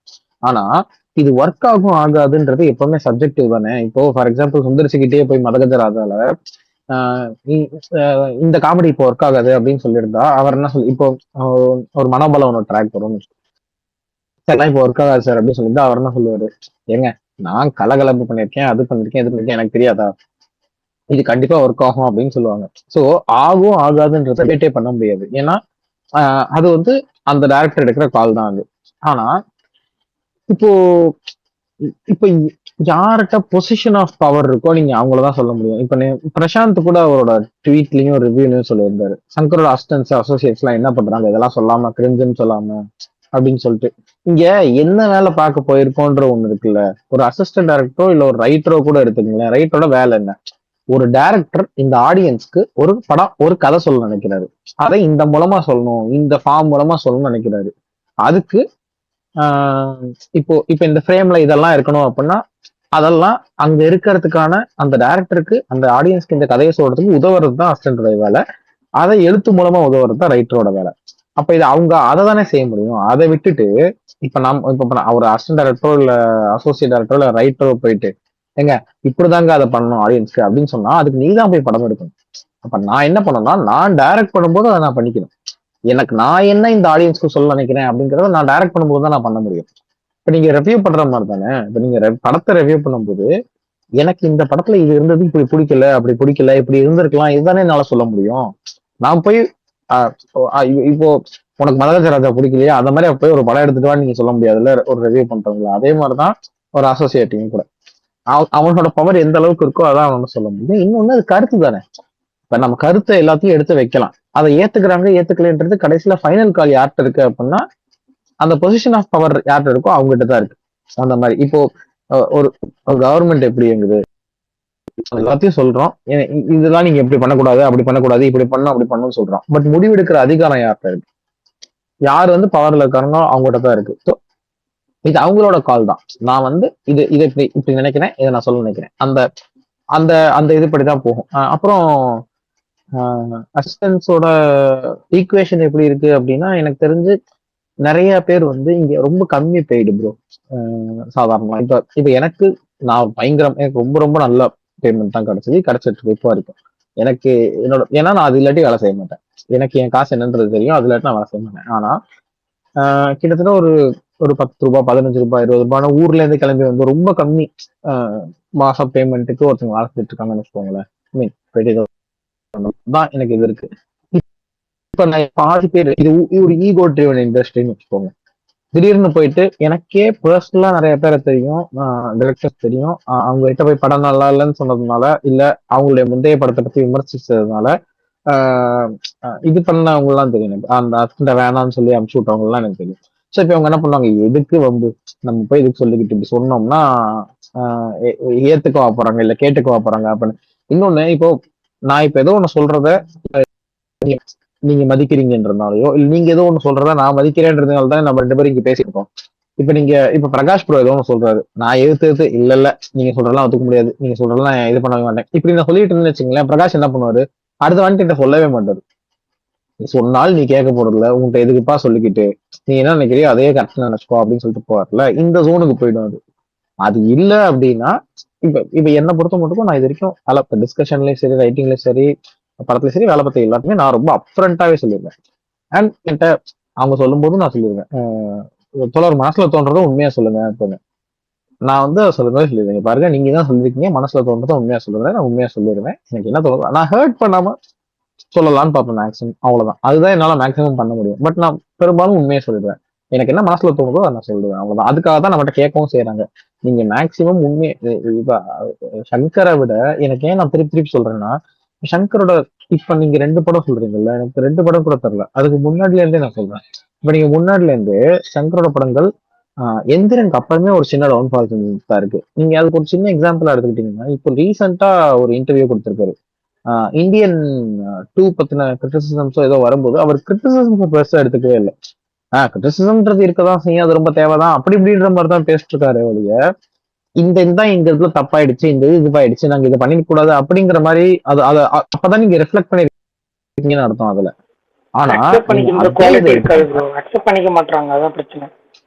அததான் சொல்றேன். நீங்க அதே சுந்தர்சியோட ஆக்ஷன் படத்தை முடிச்சுட்டு ஒரு இது கொடுத்தாரு ஒரு பேட்டி கொடுத்தாரு. சுந்தர்சி ஆக்ஷன் படத்தை பத்தி சொல்லும் போது சரி இல்லங்க இது தப்பாயிருச்சு இதுல இந்த விஷயம் தப்பாயிருக்கு அந்த விஷயம் தப்பாயிருக்கு சுந்தர்சி எடுத்துக்குவாரு. இன்னொன்னு சுந்தர்சியோ ஹரியோ சொல்றேன் 2 பேர்ட்டையுமே அந்த குவாலிட்டி ரொம்ப அதிகமா இருக்கும். வேஷ்கா தப்பிருக்கேன் அந்த இடத்துல தப்பிருக்கேன் சூப்பரா அவங்க ஃபுல்லா ஓப்பனாவே சொல்லுவாங்க. இத்தனைக்கும் சுந்தர்சி எல்லாம் என்ன பண்ணுவாப்புலன்னா மாஸ்டர் கிளாஸ் எடுத்தாப்புல ஒரு வேணுஸ்ல ஒரு வீடியோ இருக்கும். அதுலலாம் ஆக்சுவலா இதை நான் தப்பு பண்ணிருக்கேன்னு அருணாச்சலம் படத்துல அவர் பண்ண தப்பையெல்லாம் எடுத்து சொல்லிட்டு இருப்பாரு. அது அவ்வளவு பெரிய ஹிட் படம். அரண்மனையில அவர் பண்ண தப்பெல்லாம் சொல்லிட்டு இருப்பாரு. அது ஆக்சுவலி பயங்கரமா ஹிட் ஆயிடுச்சு. அதை அவர் சொல்லாட்டி யாருக்குமே தெரியாது. ஆனா அதுதான் சொல்றேன் இப்ப இது இருக்கிறவங்க தான் அடுத்த வாட்டி படம் பண்ணும்போது அடிப்படையா இப்ப நம்ம என்ன தப்பு பண்ணிருக்கோம், என்ன இது பண்ணிருக்கோம்னு அதை ரிஃப்ளெக்ட் பண்றவங்களால தான் திருப்பி சரியா எடுத்துட்டு வர முடியும் அப்படின்னு நான் நம்புறேன் நான். அதுதான் பிரச்சனை. சோ இதை நம்ம சங்கரோட அசிஸ்டன்ஸ் மேலேயே இவங்க மேலேயோ போறதுல ஒரு இதுவும் கிடையாது. பொறுப்பு சங்கருக்கு தான், சங்கர் தான் எடுத்துக்கணும் அது. ஏன்னா இன்னொன்னு, வெற்றிமாறனுக்கோ சங்கருக்கோ நம்ம ஏன் அதை சொல்றோம்னா, உங்களுக்கு எல்லாமே இருக்கு, உங்களுக்கு எந்த ரெஸ்ட்ரிக்ஷனுமே கிடையாது. நீங்க கேட்கற சம்பளம் கிடைக்குது, சேர்க்கிற லொகேஷன் கிடைக்குது, கேட்கற சேலரி கிடைக்குது, கேட்கற ஆர்டிஸ்ட் கிடைக்கிறாங்க. நீங்க பிடிக்கலாட்டி 25% படத்தை திருப்பி தூக்கி போட்டு புதுசா திருப்பி போய் எடுத்துட்டு வர முடியுது. உங்க பேரை சொன்னாலே இந்தியன் டூ மாதிரி ஒரு படம் கொடுத்தக்கு அப்புறம் கூட கூட்டம் கூட்டமா அடுத்த ஆடியன்ஸ் அடுத்த படத்துக்கு உங்களுக்கு உள்ள வராங்கல்ல நம்பி, இது எவ்வளவு பெரிய விஷயம். இது எல்லாமே உங்களுக்கு கிடைக்குது. சோ நம்ம பொறுப்பு மொத்தமா சங்கர் மேலதான் இருக்கு. ப்ரோ ஆதி ப்ரோ, எனக்கு என்ன டவுட்னா, ஃபெயிலியர் படம் வந்து எல்லா எல்லா டைரக்டருமே ஏன்னா சுந்தர் சி அழகான நாட்கள் மாதிரி படம்லாம் கொடுத்துருக்காரு. மொக்க படம் எல்லா டைரக்டருமே கொடுப்பாங்க, அது தப்பு கிடையாது. ஆனா பழைய ஹீரோஸ் எல்லாம் வந்து இந்த டூரிங் டாக்ஸிஸ்ல எல்லாம் பாத்தீங்கன்னா ப்ரொடியூசர்கிட்ட கேட்பாங்களாம் படம் நல்லா போச்சா, போலன்னா சம்பளத்தை விட்டு கொடுக்கறது, அந்த மாதிரிலாம் பண்ணுவாங்க. எஸ்பெஷலி விஜயகாந்த் எல்லாம் சொல்றாங்க, நிறைய ப்ரொடியூசர்ஸ் சொல்லியிருக்காங்க. ஆனா இவ்வளவு சம்பளம் வாங்கியிருக்காரு, அந்த அந்த அந்த ஹீரோக்களுக்கோட அதிகமா தான் இவர் சம்பளம் வாங்குறாரு. இப்ப 50 கோடி வரைக்கும் வாங்குறாரு. இப்ப சுந்தர் சினா கம்மியான சேலரி, அவரை விட்டு கொடுக்கணும்னு அவசியம் இல்லை. இவ்வளவு வாங்கியிருக்காருல, இவ்வளவு லாஸ் ஆயிருக்குல்ல. அதனால இந்தியன் 3க்கு நான் பணம் வாங்காம பண்ணித்தரேன், இல்ல கொஞ்சம் காசு கம்மியா வாங்கி பண்ணித்தரேன் அப்படின்லாம் பண்ணி தர மாட்டாரா? அதுதான் ப்ரோ சொல்றேன், அடிப்படை மனிதத்தன்மைன்னு ஒன்று இருக்கணும் ப்ரோ. அது வந்து இந்த மனிதத்தன்மையை கூட விட்டுங்களேன், நீங்க ஹியூமனிட்டி அளவு கூட போக வேணாம். பேசிக்கா உங்களால தானே லாஸ் ஆயிருக்கு அவங்களுக்கு வந்து அப்படிங்கிற ஒண்ணு இருக்குல்ல. இப்ப என்னன்னா, இந்தியன் 3க்கு வந்து 50 கோடி ரூபா முதல்ல சம்பளம் கேட்டிருக்காரு. பட் அவங்க என்ன சொல்லிருக்காங்க, லைக்கா இந்த மாதிரி இல்ல, நாங்க வந்து படத்துக்கு என்ன எடுக்கிறதுக்கு என்ன செலவு இருக்கோ அதை நாங்க தந்துடுறோம், நீங்க முடிச்சு கொடுங்க அப்படின்னு சொல்லி கடைசியில அது 30 ஆகி அப்புறம் 20 ஆகி இப்ப அவளை கொடுத்தாதான் பண்ணி தருவேன்ற மாதிரி ஒத்துக்கிது. அவங்க என்ன சொல்லிருக்காங்க, இல்ல வேணா 5 கோடி தரோன்ற மாதிரி சொல்லிருக்காங்க. இல்ல ஒத்துக்கல. இப்ப நான் என்ன சொல்ல வரேன், உங்கனால தானே இப்போ சங்கர் பண்றது மேல நமக்கு ஏன் அதிக கோவம் வருதுன்னா, ஒரு படத்தோட வெற்றி தோல்வி என்னைக்குமே நம்ம கையில தான் ப்ரோ. அது வந்து நம்மளால கணிக்கவே முடியாது. நம்ம எடுத்து அதை சோ தோல்வி படம் கொடுக்கறதோ இல்ல ஒரு படம் நல்லா இல்லாம போறதோ ஒரு மேட்டரே கிடையாது, அது தப்பே கிடையாது. ஒருத்தர் ட்ரை பண்ணோம் தோத்து போயிட்டோம் அவ்வளவுதான். இல்ல ட்ரை பண்றோம் மக்களுக்கு பிடிக்கல, இல்ல இப்ப புரிஞ்சுக்கல, ஏதோ ஒண்ணு சரியா இல்ல அவ்வளவுதான். ஆனா இது வந்து அதாவது அப்படியே மொத்த லாஸ் ஆஃப் பண்ணி. இன்னொன்னு, லைக்கா மாதிரி ஒரு இதை நீங்க கம்பெனி நீங்க மூடுறீங்கன்னா, இப்ப லைக்கா இல்லைன்னு வச்சுக்கோங்களேன், நெல்சன் திலீப் குமார் நீங்க கிடையாது, சரி ஓகே, வேற யாரோ இன்னும் பல வருஷங்கள்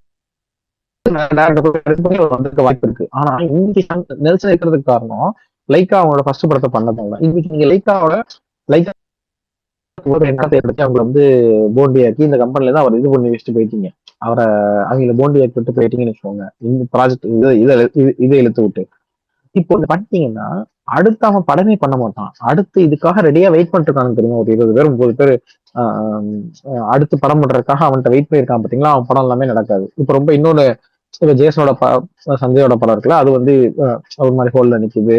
அடுத்து அவங்க பண்ண இருந்த அடுத்து ஒரு 4 படம் ஹோல்ல நிக்குது லைக்காவோடது. அப்புறம் அந்த கம்பெனில வேலை பார்க்குற ஊழியர்கள் இருக்கும். இது எவ்வளவு பெரிய லாஸ். நீங்க ஒரு ஈகோ சிஸ்டத்தையே எடுத்து வர்றீங்க. நெட்ஃபிளிக்ஸ் வந்து எவ்வளவு கொடுத்து வாங்குறாங்க தெரியுமா இந்தியன் 2 கிட்டத்தட்ட வந்து ரெக்கார்ட் பிரைஸ் இது வரைக்கும் யாருமே 160 கோடி ரூபாய் கிட்டத்தட்ட கொடுத்து வாங்கினாங்க. இப்ப அவன் என்ன சொல்றான், அடுத்து நான் படமே வாங்க மாட்டேன்றான். தமிழ் படம் எனக்கு இப்போ நீங்க முன்னாடி எப்படி இருந்துச்சு ஓட்டிட்டீங்கன்னா, இப்ப ஃபார் எக்ஸாம்பிள் நீங்க 100 கோடி, நீங்க ஒரு 5 கோடி சொல்றீங்கன்னு வச்சுக்கோங்களேன், 5 கோடி இல்லைங்க 2 கோடி கொடுக்கலாம், இந்த மாதிரி போயிட்டு இருந்துச்சுல்ல. இப்போ வேண்டான்றாங்க, படம் வேண்டாம், தமிழ் படம் வேண்டாம், தேவையில்லை வேண்டாம் அப்படின்னு. இப்ப எந்த ஓடிடியுமே சொல்றேன், இப்ப ஹாட் ஸ்டார் இது எதுவுமே வேண்டான்றாங்க, எங்களுக்கு படமே வேணாங்க தேவையில்லை அப்படின்ட்டாங்க. நெட்ஃபிளிக்ஸ் போன வருஷம் ஒரு போஸ்ட் போட்டிருப்பாங்க, நாங்க வந்து லியோ வாங்குறோம், இது வாங்குறோம், அது வாங்குறோம், ரிவால்வர் 8 வாங்குறோம் அப்படின்னு சொல்லிட்டு நெட்ஃபிளிக்ஸ் பண்டிகையா அந்த ஹேஷ்டாக் போட்டு ஒரு இது போட்டிருப்பாங்க. அது எதுக்காகனா, அவ்வளவுதான் நாங்க கடையை முட்டோம், நீங்க அடுத்து வராதிங்க எங்ககிட்ட அப்படிங்கறக்காக. சோ கிட்டத்தட்ட இப்ப அவங்க வாங்க மாட்டேங்கிறாங்க. சேட்டலைட் படமே இப்ப வாங்குறது இல்ல, சேட்டலைட் எந்த படமே வேணாம்ன்றாங்க. இப்ப நீங்க என்ன பண்றீங்கன்னா, ஒரு டிஸ்ட்ரிபியூட்டர்ஸ் எல்லாம் காலி பண்ணி விட்டுருக்கீங்க. இப்ப தில்ராஜை காலி பண்ணிட்டீங்க. தில்ராஜ் 400 கோடி ரூபாய் அந்த ஆளுக்கு இப்ப கிட்டத்தட்ட இந்த படத்துல இருந்து அவங்க சொல்றாங்க கிட்டத்தட்ட குறைஞ்சது 100 கோடி ரூபாய் வரைக்கும் அவருக்கு லாஸ் வரும்னு சொல்றாங்க. இது திருப்பி எடுக்க இந்தியன் சினிமால ஹையஸ்ட் லாஸ்ன்னு வச்சா இதுக்கு முன்னாடி உள்ள படங்களை தாண்டி இந்த படம் தான் வந்து மிகப்பெரிய ஒரு ரெக்கார்டு படைக்க போதுங்கிறாங்க தில்ராஜுக்கு. ஆமா, அதான் பிரகாஷ் 100 கோடிக்கு அதுக்கும் மேல சொல்றேன், மினிமம் சொல்றாங்க பிரகாஷ். அதாவது ஓடி இவங்க சொல்ற மாதிரி ஹிந்தி பெல்ட்ல திருப்பி பிக்கப் ஆகி ஓடிச்சுனா கூட குறைந்தபட்சம் 100 கோடி ரூபாய் லாஸ் ஆகும்னு சொல்றாங்க. அதாவது இதுலயே சொல்றேன், எல்லாமே சேட்டலைட்ல இருந்து போய் கொடுத்து வந்தது போக இந்த நிகர நட்டமே 100 கோடி ரூபாய் வரும்ன்றாங்க. அப்ப எப்படி இருந்தாலும் அதை திருப்பி அடைக்க போறாப்லன்னு ஒண்ணு இருக்குல்ல. இப்ப தில்ராஜ் எத்தனை படம் தெரியுமா ஒரு மிஞ்சி போனா இப்ப அடுத்த ஒரு படம் பண்ணா அவருக்கு என்ன ஒரு லாபம் கிடைக்க வாய்ப்பு இருக்கு? 15 கோடி 10 கோடி 20 கோடி கிடைக்க வாய்ப்பு இருக்கா? அந்த மாதிரி 5 பெரிய ஹிட் படம் கொடுக்கணும் அவரு.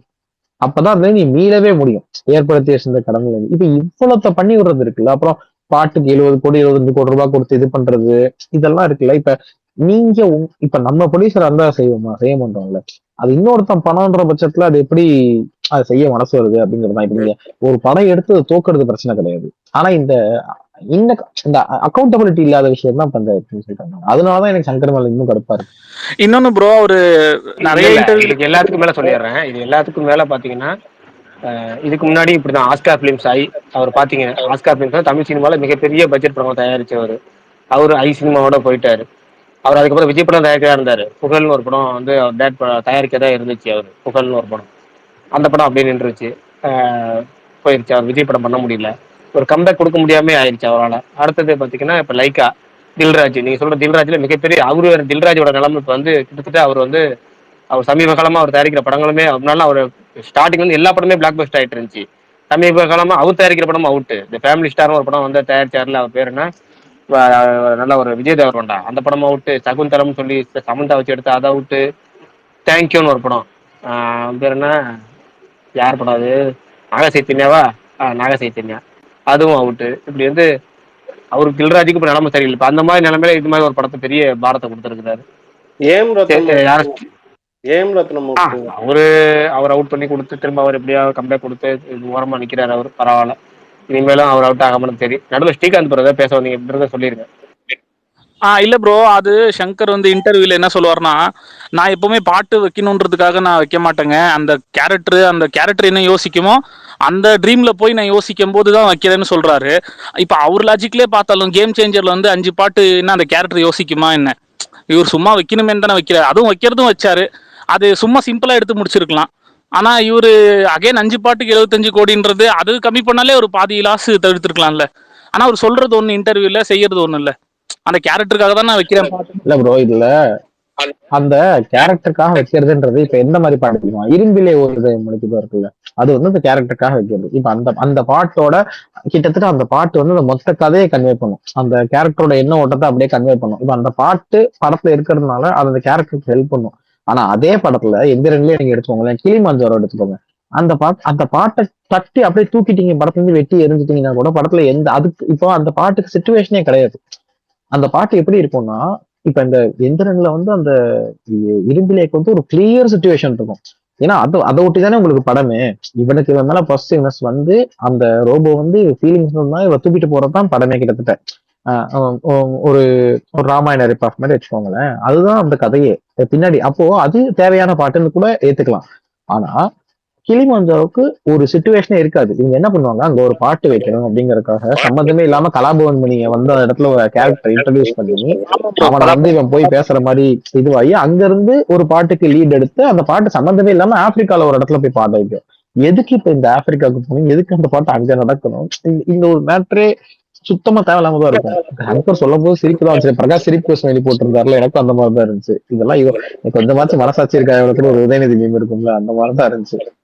இல்ல அவரு நீங்க இப்ப சொன்ன அந்த சாங் பிளேஸ்மெண்ட் வந்து ரீசெண்டா இப்போ இதேதான் பாயிண்ட் தான். என்னாச்சுன்னா யூடியூப்ல புள்ளி ஃபிலிம் அதுல ஒரு எக்ஸ்பிளைன் பண்ணிருந்தாரு. சேம் பாயிண்ட் தான். எக்கோ லைட்டா வருது. ஸ்ரீகாந்த் ப்ரோ, உங்க மைக் ஆன் பண்ணும்போது தான் எக்கோ வருதுன்னு நினைக்கிறேன். லைட்டா, ரொம்ப லைட்டா வருது. அது மட்டும் பாத்துக்கோங்க. நீங்க பேசுறது நான் மட்டும் ஓபன் பண்ணுங்க bro mic. Smart server bro, continue bro. Sorry bro. இல்ல நோ ப்ராப்ளம். இப்போ ஆதி என்ன சொன்னாங்களா எக்ஸாக்ட்லி இதேதான் அந்த ஃபுல்லி ஃபிலிம்ல ஒரு பிரதர் ரிவ்யூ பண்ணுவாரு. அவரும் சொல்லியிருந்தாரு அந்த இரும்பிலே ஒரு இதயம் அந்த சாங் பிளேஸ்மெண்ட்டையும் அந்த கிளிமாஞ்சாரையும் தான் கம்பேர் பண்ணியிருந்தாரு. அதே தான் ஆதி அண்ணாவும் சொன்னாங்க. கரெக்ட். அந்த இந்த பாட்டும் அதுல இருக்கும். இந்த பாட்டு இருக்குல்ல, ஃபர்ஸ்ட் பாட்டு புதிய மனிதா பூமிக்கு, அதுவும் தேவையான பாட்டு. அந்த படத்துல சம்பந்தமே இல்லாம வச்ச பாட்டு இந்த கிளிமஞ்சோர் தான். இது எல்லா படத்துலயுமே அவர் ஒண்ணு பண்ணுவாரு. இந்த கேரக்டரோட சேர்த்துன்னு இல்லாம சம்பந்தமே இல்லாம ஒரு பாட்டு. இல்ல இத பத்தி போன வாரம் பேசினேன். அது என்னன்னா, சங்கர் எப்பவுமே வந்து ஷூட் பண்றது கதை ஷூட் பண்றதுக்கு முன்னாடி ஃபர்ஸ்ட் சாங் ஷூட் பண்ணிடுவாரு. எதுக்காகனா அந்த நடிகர் கூட கம்ஃபர்ட்டா இருக்கணும், நடிகர்கள் நடிக்கிறாங்க அவங்க கூட கம்ஃபர்ட்டா இருக்கணும், ஃபர்ஸ்ட் சாங் ஷூட் பண்ணி டான்ஸா குஷியா வச்சு எடுத்து முடிச்சுட்டு அது ஒரு 10 நாள் ஒரு 20 நாள் ஷூட் பண்ணி முடிச்சிட்டோம் அப்படின்னா கிட்டத்தட்ட ஒரு மினிமம் ஒரு 1 வீக்ல ஷூட் பண்ணிட்டோம் அப்படின்னா நடிகர்கள் கூட ஒரு வேவ் லென்த் செட் ஆகும், டான்ஸ் செகண்ட்ஸ் ஒரு வைபா போயிட்டு அதுக்கப்புறம் கதைக்குள்ள போகலாம். அப்படி இருக்கா எப்பவுமே அது பண்ணுவாராம். பல படங்களுக்கு அப்படிதான் பண்ணிருக்காரு. ஃபர்ஸ்ட் சாங் சம்பந்தம் இல்லாம ஒரு கெட்டப் பார்த்தீங்கன்னா படத்தோட சம்பந்தம் கெட்டப் இருக்காது. அவர் ஒரு கெட்டப்ல போட்டு பாட்டு எடுத்துருவாரு, ஒரு பெரிய ஜூனியர் ஆர்டிஸ்ட வச்சு பாட்டுல அந்த சைடுல டான்ஸஸ் வச்சு எடுத்துருவாரு. அது நிறைய பாடல்கள் இருக்கு, படங்கள் பாத்தீங்கன்னா தெரியும். நிறைய பாடல்கள் ஃபர்ஸ்ட் அவர் எடுத்துருவாரு. அப்படிதான் வந்து இந்த இது கிளிமஞ்சாரோ பாட்டு எடுத்தான்னு ஒரு 2 நாளைக்கு முன்னாடி 3 நாளைக்கு முன்னாடி ஸ்பேஸ கூட பேசியிருந்தோம். நான் சொல்லியிருந்தாங்க. அடுத்து இப்போ வந்து இன்னொன்று சொல்லிடுறாரு. நம்ம பிரசாந்த் பத்தி பேசுறீங்களா, அவர் வீட்டை பத்தி அவர் இல்லைங்கிறதால நான் 2 நாளைக்கு முன்னாடி நேற்று பத்தி அதை பத்தி பேசல. நான் அது நம்ம ஒருத்தர் இருக்கும்போது பத்தி பேசலாமே, இல்லைன்னா பேச வேணாம். இப்போ அவர் நம்ம நண்பர், முன்னாடி இல்லைனாலும் இப்போ நமக்கு அவர் நண்பரா இருக்கிறாரு. ஆள் இல்லைங்கிறனால பேசுறேன். எனக்கு அந்த ட்வீட்ல என்ன வருத்தம் அப்படின்னா சங்கர் எங்கேயுமே திட்டாம சங்கரோட அசிஸ்டன்ட்டை திட்டி இருப்பாரு. அது மட்டும் எனக்கு வருத்தம். நீங்க அவர் எந்த ட்வீட்லயுமே வந்து சங்கர் திட்டி இருக்க மாட்டாரு. எனக்கு அது ரொம்ப வருத்தமா இருந்துச்சு. நீங்க யாரு ஒரு வெற்றி வந்து யாருக்கு போக போகுது? சங்கருக்கு தானே போக போகுது. மிகப்பெரிய விட யார் இந்தியாவின் சோமனா திரும்ப நிரூபிச்சிட்டார் சங்கர் அப்படின்னு யாருக்கு சொல்லுவோம்? நம்ம சங்கர் தான் சொல்லுவோம். ஏப்பா சங்கரோட அசிஸ்டன்ட் சாதிச்சுட்டாங்கப்பா, இத்தனை வருஷம் வச்சு ரொம்ப கம்பேக் கொடுத்துட்டாங்க சங்கரோட அசிஸ்டன்ட் நம்ம சொல்ல போறது கிடையாது. அப்ப ஒட்டுமொத்த குறையும் ஒட்டுமொத்த பழியும் ஒட்டுமொத்த ரைட்டிங்கையும் கொண்டு போய் நீங்க வந்து அந்த அசிஸ்டன்ட் மேல குமிச்சது வந்து எனக்கு அன்னைக்கு வந்து ஏத்துக்க முடியல. நான் அன்னைக்கு சொல்ல நினைச்சேன். பட் அவர் நம்ம இல்லாத நம்பரை பத்தி பேசக்கூடாதுன்னு விட்டுட்டேன். நீங்க அதை சொன்னனால அதை நான் இப்போ அதை மட்டும் சொல்லிடுறேன். அவ்வளவுதான், வேற ஒன்றும் இல்லை. அடுத்த டாபிக்ல போயிடும்.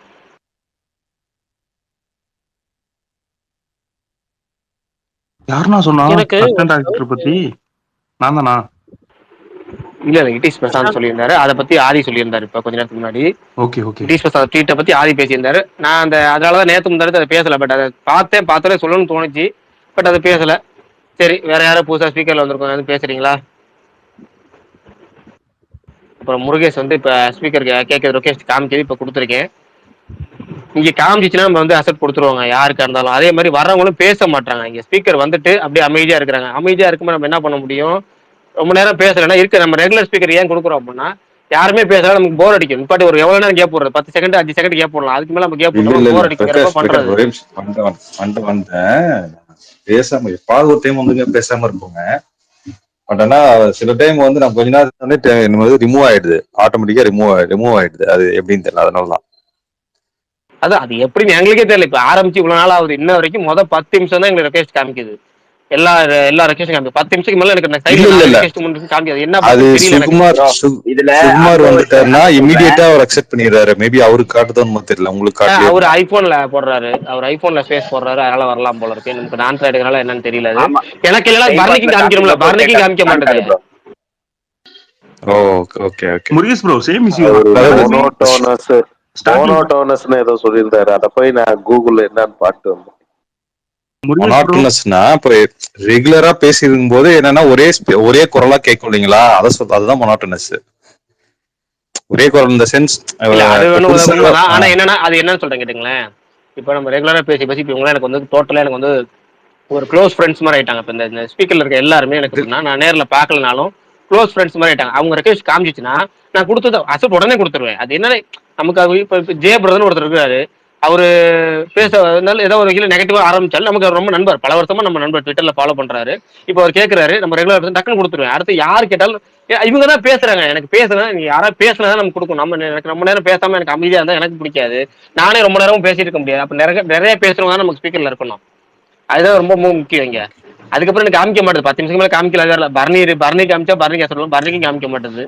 சரி பரவாயில்ல, என்ன விஷயமா சொல்லிடலாம். நீங்க என்ன பாத்தீங்க? இல்ல நான் இன்னும் படம் பாக்கல, நான் எதுவும் பாக்கல. பட் ஆனா சங்கர் பத்தி ஒரு பாயிண்ட் சொல்லிட்டு இருந்தாங்க இல்லையா, இது இந்த அவரோட கிரியேட்டிவிட்டி இந்த தோழராதி சொல்லிட்டு இருந்தார். இந்த மாதிரி எப்படி இந்த மாதிரிலாம் வந்து யோசிக்கிறாருன்னு தெரியல, ஒரு பாட்டுக்காக கொண்டு போய் வைக்கிறாருன்னு சொல்லிட்டு. அப்படி பார்த்தா நீங்க வந்து பாட்டு மட்டும் இல்ல, படமே 2.0 நீங்க பாத்திருக்கீங்க, ஞாபகம் இருக்கான்னு தெரியல. ஒரு இன்டர்வியூல சொல்லியிருந்தாரு, எப்படி உங்களுக்கு இந்த ஸ்டோரி ஞாபகம் வந்துச்சு, ஐ மீன் எப்படி நீங்க கிரியேட் பண்ணீங்க அப்படின்னா. நான் வந்து உட்காந்து யோசிச்சுட்டு இருந்தா ஒரு சம்திங் லைட்ல ஏதோ ட்ரீம் ஏதோ சொன்னாரு, கனவோ ஏதோ வந்துச்சு எனக்கு. செல்போன்ஸ்னா ஒரு டைம் வந்து ரோட்ல நடந்து போனா எப்படி இருக்கும், அவ்வளவுதான், அதுதான் பாயிண்ட். அதை வச்சு நான் வந்து ஸ்டோரி கிரியேட் பண்ணாரு. என்னையா மனுஷன், ஒரு டைரக்டர் இப்படி இல்லாம ஸ்டோரி, அதாவது நான் வந்து பெரிய ஜீனியஸ் அப்படின்னு காமிக்குன்றதுக்காக நீங்க தோன்றதெல்லாம் வச்சுட்டு ஒரு ப்ரொடியூசரை நம்ப வச்சு அந்த அளவுக்கு எடுக்கதான் சொல்றேன். ஒரு பெரிய பேஸே இல்லாம யாரா நம்மள நினைச்சு பார்ப்போம், ஒரு மொபைல் போனு ரோட்ல நடந்து போனா எப்படி இருக்கும், அப்படின்னு ஹாலிவுட் மூவி மேக்கர்ஸ் கூட யோசிக்க மாட்டாங்க. ஏன்னா அது வந்து ஸ்டூபிடா இருக்குன்ற அவங்க தெரியும். அதுக்கு ஒரு பேக் ஸ்டோரி இருக்கணும், ஏதாவது ஒன்று எமோஷன்ஸ் கனெக்ட் ஆகணும். இப்போ ராஜமௌலிக்கும் சங்கருக்கும் என்ன டிஃபரன்ஸ்னா, ராஜமௌலியும் லாஜிக்ஸ் இல்லாத சீன்ஸ் எல்லாம் இருக்கும், பட் மேக்கிங்லயும் வந்து நிறைய செலவு இருக்கும். ஆனா அதுல மெயின் திங்கா கோர் எமோஷன் ஒன்று இருக்கும். நீங்க பாகுபலி எடுத்துட்டாலும் சரி, RRR எடுத்துட்டாலும் சரி, RRR எல்லாத்துலயுமே ஒரு கோர் எமோஷன் இருக்கும். நீங்க கோர் எமோஷனை வச்சுட்டு தான் நீங்க வந்து கதையை வந்து டெவலப் பண்ணணும், அதுக்கான செலவு தான் பண்ணணும். நீங்க சும்மா செல்போன் ரோட்ல நடந்து போய் எனக்கு தோன்றது நான் இது பண்ணுவேன் அப்படின்ற மாதிரி எடுத்தீங்கன்னாக்கா அப்படித்தான் ஆகும் படம். அதுதான் வந்து அவருடைய ஃபெயிலியருக்கு மிகப்பெரிய காரணம். முரேஷ் ப்ரோ, ஆக்சுவலா வந்து இங்க இருக்கவங்க பெரும்பாலும் சொல்றது என்னன்னா, ஃபெயிலியரை வந்து பெருசா பார்க்கல. எல்லா டைரக்டருமே ஃபெயிலியர் படங்கள் கொடுத்துருக்காங்க, எல்லா ஹீரோவுமே. பட் வந்துட்டு இவ்வளவு பெரிய லாஸ் கொடுத்துருக்கீங்க, அந்த ப்ரொடியூசருக்கு கொஞ்சம் கம்மியான காசுல படம் பண்ணி தரலாமே அப்படின்னு தான் பேசுறாங்க இங்க இருக்கவங்க எல்லாரும். ஃபெயிலியரை பத்தி அது திருப்பி பண்ணாலுமே திருப்பி ஃபெயிலியர் தான் ஆக போகுது. நான் என்ன சொல்றேன்னா, நீங்க வந்து ஃபெயிலியர் வந்து பேஸ்ட் ஆன் ஐ மீன் அன்எக்ஸ்பெக்டடா ஃபெயிலியர் ஆகுது வேறங்க. அவங்க வந்து எதிர்பார்க்கறது வேற, அது வந்து மிஸ்ஃபயர் ஆயிடுச்சோ அல்லது டார்கெட் வந்து அவங்க அச்சீவ் பண்ண முடியல, அது வேற. பட் இங்க பிரச்சனையே வந்து அது கிடையாது இல்ல. அது வந்து அவர்கிட்ட ஸ்டார்டிங் பாயிண்ட்லயே இருக்கும்போது நீங்க இன்னொரு படம் எடுத்தா மட்டும் எப்படி வந்து சரியாகும்? அதுலயுமே இன்னும் லாஸ் ஆச்சுன்னா என்ன பண்ணுவாங்க? திருப்பி எடுத்துட்டே இருப்பாங்களா என்ன? அது ஒரு பிரச்சனை இருக்குல்ல. இல்ல இந்தியன் டூ இப்ப இந்த 2 படம் தான் ரொம்ப ஒஸ்டே தவிர, மத்த படம்லாம் என்னன்னா ஃபுட்டேஜ் நீங்க அதிகமா எடுக்கிறது, டைம் அதிகமா எடுக்கிறது, அதிகமா செலவு பண்ணது, இதனாலதான் லாஸ். ஐயா இருக்கட்டும், இல்ல அதுக்கு முன்னாடி வந்த எந்த படமா இருந்தாலும் சரி. அதுதாங்க அவங்க ஆட்டிடியூட் சரி பண்ணிட்டாங்கன்னா சரியாகும். ஆனா அவர் ஆட்டிடியூட் சரி பண்ணதான் தயாரா இல்லையே. இப்ப நான் ஒருத்தர் காலையில தோழராதி நேற்று டைம் பாஸ் பேசும்போது ஒரு வார்த்தை சொன்னாரு என்னன்னா, இந்தியன் 3 வந்து நீங்க வந்து அவங்க டைம் அவங்க என்ன கேக்குறாங்க முடிச்சு கொடுக்கணும்னு சொல்லி சொல்றாங்க. சரி இவர் போயிட்டு ஓகே நீங்க எதுவும் பண்ண வேணாம், ஜஸ்ட் அட்லீஸ்ட் அதனாச்சும் முடிச்சு கொடுக்கலாம்ல. ஆனா அதுக்கே நீங்க ஒரு 50 crores எக்ஸ்ட்ரா கேட்டீங்கன்னாக்க எப்படி தருவாங்கன்னா, அப்படியே என்ன அவரோட ஆட்டிடியூட் எப்படி இருக்குனாக்க, அவர் அதை பத்தி கில்ட்டி கான்சியஸே கொஞ்சம் கூட இல்ல அவருக்கு அப்படின்றதுதான் அர்த்தம் இல்லையா? சோ அந்த ஃபீல் வந்து அவர் கொஞ்ச நாச்சும் ரியலைஸ் பண்ணாதானே நீங்க சொல்ற பாயிண்ட் ஒத்து வரும். அவர் ரியலைஸே பண்ணணும் போது அவர் அடுத்த படம் எடுத்தாலும் அப்படிதான் எடுக்க போறாரு. அதே மாதிரி அவர் வந்து நீங்க ஃபியூச்சர் டைரக்டர்ஸுக்கு என்ன அட்வைஸ் சொல்ல விரும்புறீங்கன்னு கேட்டா, think big, always think big அப்படின்னு தான் சொல்றாரு. திங்க் பிக் பண்ணுங்க அப்படிதான் சொல்றாப்ல. அவர் தயவு செய்து அந்த அட்வைஸை கேட்காம இருந்த வரையும் நல்லது, கேட்காம இருந்தா நல்லது.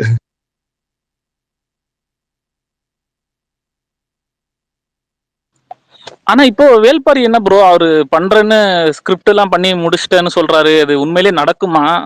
இது என்ன சும்மா சொல்றாரு? ப்ரொடியூசர் நீங்க ப்ரொடியூஸ் பண்ணீங்கன்னா நடக்கும் ப்ரோ.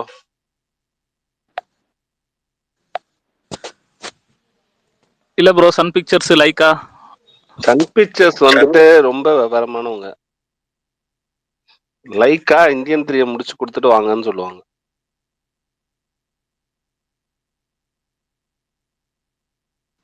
ப்ரோ அப்போ இது ஹிந்தியில ஏதோ அன்னியன் ரீமேக் மாதிரி ஏதோ அனௌன்ஸ்லாம் பண்ணாங்களே, அது இல்லையா ப்ரோ? ரன்வீர் சிங். அது வந்து அவங்களே சொல்லிட்டாங்களா நம்ம வேற ஏதாவது பண்ணலாம்னு அவர் சொல்லிட்டாரு. ரன்வீர் சிங் நம்ம வேற ஏதாவது பண்ணலாம்னு சொல்லிட்டாராம். ரைட்ஸ் பிரச்சனை இருந்துச்சு, தரமாட்டேன்னு சொல்லிட்டாங்க. ரைட்ஸ் ப்ரொடியூசர் தரமாட்டேன்னு சொல்லிட்டாங்கல்ல, அதனால இப்போ என்ன பண்றாங்க?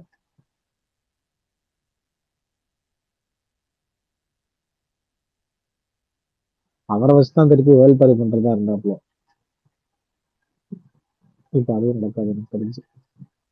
கரெக்டா அந்த ஓடிடி பிசினஸ் வந்து டவுன் ஆகுது வந்து ஒரு விதத்துல ரொம்ப நல்லதுதான். ஏன்னா இப்போ ரீசென்ட்லி 3-4 இயர்ஸ்ல பாத்தீங்கன்னா ஓடிடி பிசினஸ பேஸ் பண்ணி இவங்க கண்ட மேனிக்கு வந்து ஒரு பட்ஜெட்டை போட்டு எடுக்கிற ஒரு கல்ச்சர் உருவாயிடுச்சு.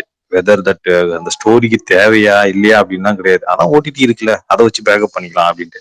அதனால அது டவுன் ஆகுது வந்து ஆக்சுவலா இவங்களுக்கு கொஞ்சம் ஒரு ஃபியரை கொடுக்கும். இனிமேல் பட்ஜெட் போடும்போது ப்ராப்பரான ஒரு பட்ஜெட் அலோகேட் பண்ணி கண்டிப்பா பண்ணுவாங்க. ஒரு குவாலிட்டியான ஒரு கண்டென்ட் கிடைக்கிறதுக்கான வாய்ப்பு அதிகமா இருக்கு. இந்த ஒரு 4 பேர் 5 பேர் இந்த மாதிரி பண்றாங்கல்ல பெரிய டேரக்டர்ஸ், இல்ல பெரிய படம் எடுக்கிற பிளேஸ் மிஞ்சி போனா ஒரு 4 பேர் ப்ரோ. இவங்களால நம்ம வச்சுட்டு நல்லதுன்னு சொல்ல முடியாது. இப்போ சின்ன படங்கள் இருக்கிறாங்களா, அவங்களுக்கு மெயின் இதுவா இருந்தது இந்த ஓடிடி பிசினஸ் தான் வச்சுக்கோங்களேன். ஒரு குட்டி படம் பண்ற ப்ரொடியூசர்ஸ்க்குலாம் வந்து அட்லீஸ்ட் இது தியேட்டருக்குலாம் வந்து நமக்கு தியேட்டர் கிடைக்கலாட்டி இல்லை இது கிடைக்கலாட்டி ஏதாவது இல்லைன்னா அட்லீஸ்ட் இந்த ஓடிடி பிசினஸ் ஆச்சு இருக்குன்னு வந்து படம் எடுத்துட்டு இருந்தாங்களா. இப்போ அவங்க யாருமே படம் எடுக்க மாட்டாங்க. இப்போ அவங்க யாருமே அப்படியே ஹால்ட்ல வச்சிருவாங்க. ஸோ அது பயங்கர லாஸ் தான். இவங்க இந்த பெரிய ஆட்கள் ஒரு 4 பேர் அதை ரோயின் பண்ணி விடுறது யாருக்கு நட்டமாகும்னா அவங்களுக்காக, அது சுத்தி இருக்கிற மற்ற இந்த சின்ன படங்கள் எல்லாத்துக்குமே தான். இல்ல இப்ப லப்பர் பந்து மாதிரி படம் வந்து ஓடிடி நம்பி ஓடல இல்லையா? அது வந்து தியேட்டருக்குலாவே ஹிட் ஆச்சு அண்ட் அஃப்கோர்ஸ் ஓடிடிலும் வந்து ஹிட் ஆக போகுது. ஐ மீன் ப்ரோ ஹிட் ஆச்சு லப்பர் பந்து இல்லையா? எடுத்தது யாரு, அவங்களுக்கு வந்து ரிலீஸ் பண்ணது யாரு அப்படின்லாம் ஒண்ணு இருக்குல்ல ப்ரோ. லப்பர் பந்து வந்து நல்லா இருந்ததுனால தான் ஓடிச்சு, அதை நான் மாற்றுக்கிறது கிடையாது. ஆனா உங்களுக்கு கிடைக்கணும்ல தியேட்டர்ஸ் முதல்ல. இந்த சின்ன படங்களுக்கு வந்து முதல்ல தியேட்டர்ஸ் கிடைக்கலாட்டி வேற ஒரு வழின்னு ஒண்ணு இருந்துச்சு ஓடிடி மூலமா. நாம என்ன யார சொல்லணும்னா ஓடிடின்னு ஒண்ணு அவங்க ஓட விட்டாங்க தெரியுமா, அவங்களதான் நான் திருப்பி அதனால தான் சொல்றேன். ஒரு ஒரு பிரச்சனைய எப்பவுமே நம்ம யார சொல்லணும், யார் அதுல தப்பா இருக்கவங்களோ அவங்கள சொன்னோம்னாதான் அந்த பிரச்சனைக்கு ஒரு தீர்வு கிடைக்கும். இப்போ ஃபார் எக்ஸாம்பிள் நீங்க ஓடிடி எடுத்துக்கோங்க. ஓடிடில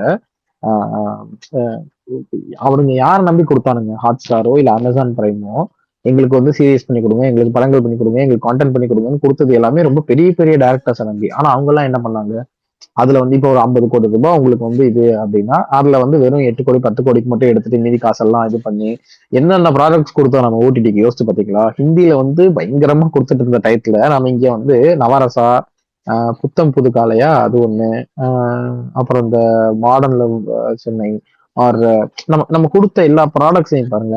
அவங்களுக்கு அவங்கள கிட்டத்தட்ட நம்ம வந்து கிட்டத்தட்ட இந்த தங்க முட்டை எழுற வார்த்தை வந்து வயிற்று அறுத்து அந்த முட்டையெல்லாம் எடுத்துட்டு அதை கொண்டுருவாங்க இல்ல, சரி ரைட் இதுக்குள்ள தங்க முட்டை கிடக்கும் போல அப்படின்னு சொல்லிட்டு அந்த மாதிரி. ஆனா அது அது அது அப்படியே அந்த வாத்தாக வச்சிருந்தா அது டெய்லி வந்து முட்டை போட்டுட்டு இருந்திருக்கும் தங்க முட்டை. சோ அத அது காலி பண்ணி அனுப்பிச்சிட்டாங்கல்ல. இப்போ இது யாருக்காகனா இவங்க தனிப்பட்ட முறையில் அதுல சம்பாதிக்கிறதுக்காக அதை பண்ணிட்டாங்க. ஒரு ஈகோ சிஸ்டத்தையே காலி பண்ணிட்டாங்க. அததான் நம்ம அவங்களதான் நம்ம சொல்லணுமே. இது நல்லது கிடையாது, ஆக்சுவலா இது மோசமான விஷயம். இப்போ ஓடிடி போனது நல்லதுதான் நம்ம சொல்றோம்ல. எனக்கு நீங்க எந்த ஆங்கிள் சொல்றீங்கன்னு புரியுது.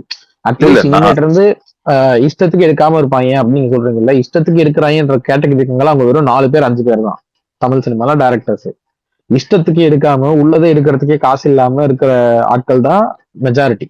அவங்கதான் 50 பேர், யாரு 200 பேர், இவங்க வெறும் 5 பேர் தான். நல்லது இல்ல ஆதி ப்ரோ, நீங்க இப்படி சொல்றீங்க. ஒரு சில கூட்டம் சொல்லிட்டு இருக்கு இவங்க இந்த மாதிரி டைரக்டர்ஸ் தான் நம்மளுடைய படத்தையே வந்து வெளிநாட்டுக்கு கொண்டு போய் சேர்த்தவங்க, அவங்கள பார்த்து இப்படி சொல்றீங்களேன்னு சண்டை போடுவாங்க. நான் ஒன்னே ஒண்ணு உலகத்துல ஒரே ஒரு விஷயம் என்ன தெரியுமா, இல்ல ப்ரோ பிரஸ் கூட கிடையாது ப்ரோ. நான் யார் தெரியுமா சொல்லுவேன், ஃபேன் பாய்ஸ். அவங்களுக்கு தேவை. இப்ப என்ன அதுவும் யாருன்றீங்க, நம்ம இந்த எனக்கு இவரோட படம் பிடிக்கும் இது நல்லா இருக்கணும் அப்படின்னு நினைக்கிற ஃபேன் பாய்ஸ் கிடையாது. அது கூட கிடையாது. இந்த தெலுங்கு 1000 கோடி பண்ணிருச்சு, தமிழ்ல 1000 கோடி படமே இல்லைன்னு பேசிட்டு இருப்பாங்க தெரியுமா. இவங்க வீண் சண்டை போடுறதுக்காக அவங்க கூட எங்கள்கிட்டயும் ஒண்ணு இருக்குடா அப்படின்னு காட்டுறதுக்காக இவங்க இந்த செலவுன்றதெல்லாம் குளோரிஃபை பண்றாங்க. செலவை குளோரிஃபை பண்ணணும்னு அவசியமே கிடையாது. முதல் விஷயம், தெலுங்கு படமோ இல்ல இந்த படமோ ஏன் அதிக பணம் பண்ணுது அப்படின்னா அவங்களோட டிக்கெட் விலைன்னு ஒண்ணு இருக்கு. அவங்களுக்கு அதை தாண்டி வேற என்டர்டைன்மெண்ட் கிடையாது. நான் எதை போட்டாலும் ஓகே அப்படின்னு ஏத்துக்க வேண்டியது ஒண்ணு இருக்கு. இன்னொன்னு ஃபுட்ஃபால்ஸா கம்பேர் பண்ணீங்கன்னா இங்க அதிகமா தான் இருக்கு நமக்கு ஃபுட்ஃபால்ஸ். ஒரு விஜய் படத்துக்கோ ஒரு அஜித் படத்துக்கோ ஒரு ரஜினி படத்துக்கோ நமக்கு நல்ல ஃபுட்ஃபால்ஸ் இருக்கு. ஆனா நீங்க தெலுங்கு படம் இந்த 800 ரூபாய்க்கு டிக்கெட் வைக்கிறாங்க. சோ ஆப்வியஸா ஒரு டிக்கெட்டோட எண்ணிக்கை இதுவே அதிகம். அப்ப அவங்க படம் கலெக்ஷன் பண்றதுக்கான வாய்ப்புகள் அதிகமா தான் இருக்கு. இன்னொன்னு கலெக்ஷன் வச்சு நாம ஏன் பேசணும்? அவங்க கவர்மெண்ட் கொடுக்குறாங்க, நம்ம கவர்மெண்ட் ஏன் ப்ரோ கொடுக்க மாட்டாங்க? தேவையே இல்லை. நல்லதெல்லாம் பண்றாங்க. நீங்க நல்லதெல்லாம் கவர்மெண்ட் கொடுத்தா நமக்கு இல்ல ஒரே நீங்க வந்து நீங்க என்ன இல்ல பிரகாஷ் ப்ரோ, எங்க ஊர்ல வந்து 170 அப்படி இல்ல. இரு ப்ரோ, நான் சொல்றேன் ப்ரோ. அவங்க இங்க பாருங்க டிக்கெட் விலை கொடுக்குறாங்க, 1 மணி ஷோ கொடுக்குறாங்களே அங்க ஆந்திரால அவ்வளவு பெரிய பிரச்சனை இருக்குது. இரு ப்ரோ, அங்க அவ்வளவு பெரிய பிரச்சனை வந்து 1 மணி ஷோ கொடுக்குறாங்களா பக்கத்து மாநிலத்துக்கு. கவர்மெண்ட் அவ்வளவு இணக்கமா அவங்க சித்தப்பா இவருங்க. இப்ப வந்து என்ன பேரு, துணை முதல்வர் அவங்க சித்தப்பா, சொந்த சித்தப்பா. அவங்க சித்தப்பா துணை முதல்வருங்க. அவர் படத்துக்காக கொடுக்காம கொடுக்கலையே ப்ரோ. அப்ப ஓகே ப்ரோ, அப்ப கரெக்ட் தான். ஓகே அந்த படம் கொடுத்தா நீங்க அதையே நம்ம இல்ல வினோத் இருங்களேன், அதையே நம்ம பேசக்கூடாது. முதல்ல நமக்கு என்ன கிடைக்குது ஏங்க, அதாவது கலெக்ஷன் பெருமை பேசுறதுக்காக நம்ம வந்து 900 ரூபாய் கொடுத்து படம் பாக்குறது நமக்கு ஆபத்து வரத கூட பரவாயில்லன்றீங்களா? என்னால இந்த மனநிலையத்தை என்னால புரிஞ்சுக்கவே முடியல. திருப்பி திருப்பி சொல்லுவாரு. என்ன சொல்லுவாரு, 120 ரூபா இருந்தா நான் போவேன், போக மாட்டேன் பாரு. ஆனா பெரிய நடிகர் இதுதான் தப்புங்கிறோம். நமக்கு நல்லது நடக்குது. கவர்மெண்ட் என்ன நினைக்குது, தியேட்டருக்கு நீங்க வந்து இந்த ரேட்டுக்கே போடுங்க அப்படின்னு சொல்லுது. தியேட்டருக்காரங்க ஒவ்வொரு தடவையும் தியேட்டர் தியேட்டருக்கு கேட்க மாட்டாங்களே ப்ரோ. இல்ல ப்ரோ, இப்ப தியேட்டர் கேட்க மாட்டாங்களே. நீங்க வாங்கலன்னா அவங்க அதே ரேட்டுக்கு விற்பாங்க. நீங்க வாங்குறதுனால அப்படி இல்ல ப்ரோ, கிடையாது. இல்ல ப்ரோ. இப்ப திரும்ப சொல்றேங்க, கவர்மெண்ட் டிமாண்ட பொறுத்த வரைக்கும் ரேட்டு. ஓகேவா? வினோத் பேசி முடிச்சதுக்கு அப்புறம் பேசுங்க வினோத். நீங்க வந்து டிக்கெட் வந்து ஒரு 1000 ரூபாய்க்கு விற்கிறாங்க. நீங்க வாங்கலாம் என்ன பண்ணுவாங்க, அடுத்து 8 ரூபாய்க்கு விற்பாங்க. அந்த தியேட்டர் வாசல்ல பிளாக்ல விற்கிறது 800 ரூபாய்க்கு விற்கிறீங்க. நான் வாங்கலன்னு சொல்றீங்க. திரும்ப அப்புறம் கொஞ்ச நேரம் ஷோ டைம்ல இருக்கு, அரை மணி நேரம் ஆயிடுச்சு வச்சுங்க, 600 விற்பாங்க. ஷோ டைமுக்கு 1/4 மணி நேரம் ஆச்சு 300 ரூபாய்க்கு விற்பாங்க. ஷோ டைமுக்கு 5 நிமிஷம் ஆச்சு வச்சுக்கலேன், தியேட்டர் ரேட் அவங்க வந்து 200 ரூபாய்க்கு வாங்கியிருப்பாங்க. ஆனால் டிக்கெட் 120 ரூபா, அவங்க வாங்கினது 200 ரூபா. அந்த 200 ரூபாய்க்கு என் காசாச்சு குடுறாப்பா போதும் அப்படின்னு விற்பாங்க. ப்ரோ. என் ஊர்ல கவுண்டர்ல இருக்கிறாங்க ப்ரோ, நான் விடாமுடிச்சு விற்பாங்க. நான் எடுத்து உங்களுக்கு டிஎம் பண்றேன். கவுண்டர்ல 1000 ரூபாய் விற்கிறாங்க, நான் வாங்கி தான் வாங்காட்டி ஏங்க விற்க போறாங்க? ஏங்க வாங்குறீங்க? இன்னொன்னு சொல்றேன், நீங்க வாங்குங்க, வாங்காம போங்க, அதெல்லாம் உங்களோட தனிப்பட்ட விருப்பம். ஆனா இப்ப நீங்க ஒண்ணு சொல்றீங்கல்ல, இப்ப இதை நார்மலைஸ் பண்ணணும்னு நினைக்கிறீங்களா? கவர்மெண்ட் இதை கொடுக்கணும்னு நினைக்கிறீங்களா? என்ன கருமத்துக்கு கவர்மெண்ட் 900 ரூபாய்க்கு பர்மிஷன் கொடுக்கணும்? டிக்கெட் ரேட்டுக்கு 900 ரூபாய்க்கு ஏத்த மாதிரி நீ தியேட்டரை வச்சிருக்கியா? எதுக்கு கொடுக்கணும்?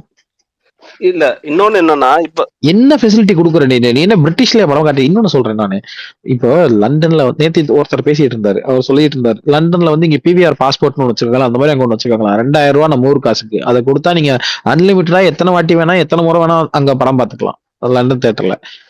அப்புறம் நீங்க தியேட்டருக்குள்ள என்ன ஃபெசிலிட்டிஸ் வச்சிருக்கீங்க? அங்க ரெஸ்ட் ரூம்ஸ் எல்லாம் எப்படி வச்சிருக்கீங்க? குடும்பத்தோட அங்க போக முடியுமா? போக முடியாதா? இவ்வளவு விஷயம் இருக்கு ப்ரோ. நீங்க அந்த அளவுக்கு எதையாவது ஒண்ணு மெயின்டைன் பண்றாங்களா நம்ம ஊர் தியேட்டர்ல? ஏங்க ரோஹிணி தியேட்டர்ல ஃபேன் போட்டு கொண்டாடிட்டு இருப்பீங்க, உள்ளக்க விட மாட்டாங்க. 1/4 மணி நேரத்துக்கு முன்னாடி வரைக்கும் இந்த வாசல்ல வெயில் நின்று இருப்போங்க, உள்ளக்க விடாம 1/4 மணி நேரத்துக்கு இல்ல இல்ல பை, எங்க ஊர்ல லக்ஸரியா இருக்கு. 900 ரூபாய் கொடுக்கணும். 900 படத்துக்கு 200 ரூபாய் மட்டும்தான். நான் எதுக்கு கொடுக்கணும் எனக்கு 900 ரூபாய்? எங்க ஊர்ல நல்லா இருக்கு, நான் எனக்கு சொல்றேன். எங்க ஊரை பொறுத்த வரைக்கும் ஐயோ, ஒரு நிமிஷம் இருங்களேன் வினோத், ஒரு நிமிஷம் இருங்க. உங்க தனிப்பட்ட ஊரை பத்தியோ இல்ல உங்க தேட்டரை பத்தியோ இல்ல நம்ம சொந்தக்காரங்க பத்தியோ அது பேசுற ஸ்பேஸ் கிடையாது. நான் பொதுவா பேசிட்டு இருக்கேன். ஒரு தெலுங்கு படம் வந்து இவ்வளவு காசு இருக்குன்றதுனால அவன் விற்கிறான். இந்த பெருமைக்கு எருமை வைக்க முடியாதுன்னு சொல்லுவாங்கல்ல, அந்த மாதிரி தான் நம்ம வந்து இங்க நமக்கு வந்து இவங்க சண்டை போடுறதுக்காகவும், டேய் தெலுங்கு படத்துல எவ்வளோடா கலெக்ஷன் பண்ணிருக்கீங்க, நாங்க எவ்வளவு தெரியுமா கலெக்ஷன், நீ வீண் பெருமை பேசுறதுக்காக இங்க வந்து ஒரு சிஸ்டத்தை இது பண்ண முடியாதுன்னு நான் சொல்றேன். நான் அதுதான் அவர் அந்த பதில் தான் நான் அவர் சொல்ல வந்தேன். நம்ம இது எல்லாமே எங்க வந்து நிக்குதுன்னா, ஒரு விஷயம் விளங்காம போகுதுன்னு வச்சுக்கோங்களேன், அதோட அதோட ரூட் அப்படின்னு ஒண்ணு இருக்குல்ல. இந்த ஜனாசார் படத்துல ஒரு வசனம் வரும்ல பேராண்மையில, இந்த சாக்பீஸ்ல இருந்து உழைப்பு கழிச்சிட்டா வெறும் இதுதான் மிஞ்சம், பொடிதான் மிஞ்சம், அந்த மாதிரி சுண்ணாம்பு தான் மிஞ்சம்னு வரல. அந்த மாதிரி இங்க இருக்கிற இந்த எல்லா பஞ்சாயத்துக்கு பின்னாடி இருக்கிற அந்த ரூட் காசை போய் நீங்க பாத்தீங்கன்னு வச்சுங்களேன், அதுல இந்த வெட்டி பெருமை தான் இருக்கும். இந்த வெட்டி பெருமை பேசி பேசியாதான் நம்ம விளங்காம போய்கிட்டு இருக்கோம். ஆதி ப்ரோ, இன்னொன்னு என்னன்னா, இவர் சொல்ற மாதிரி 900 ரூபாய்க்கு வித்தா 900 ரூபாய்க்கு 1000 ரூபாய்க்கு டிக்கெட் விட்டா ஒரு ப்ரொடியூசர் லாபம் அடைய போறது கிடையாது. யாரு லாபம் அடைய போறானா, அந்த படத்தோட டைரக்டருக்கு சம்பளம் கூடும், ஹீரோக்கு சம்பளம் கூடும். பட் அதனால வந்து இன்னும் ஒரு 4-5 ப்ரொடியூசர் வரப்போறது கிடையாது. ஏன் ஒரு மாதிரி சவுண்ட் கேக்குதுன்னு தெரியல. அதனால வந்துட்டு நீங்க எத்தனை கோடி கலெக்ட் ஆனாலும் ப்ரொடியூசர்ஸ் வந்து கஷ்டப்பட்டுட்டு தான் இருக்காங்க. எல்லாம் பயங்கரமான ஹிட் படமா இருக்கு, ஆனா ப்ரொடியூசருக்கு லாஸ். ஹீரோ மாத்திரம் சம்பளம் கூட்டிகிட்டே போறாங்க.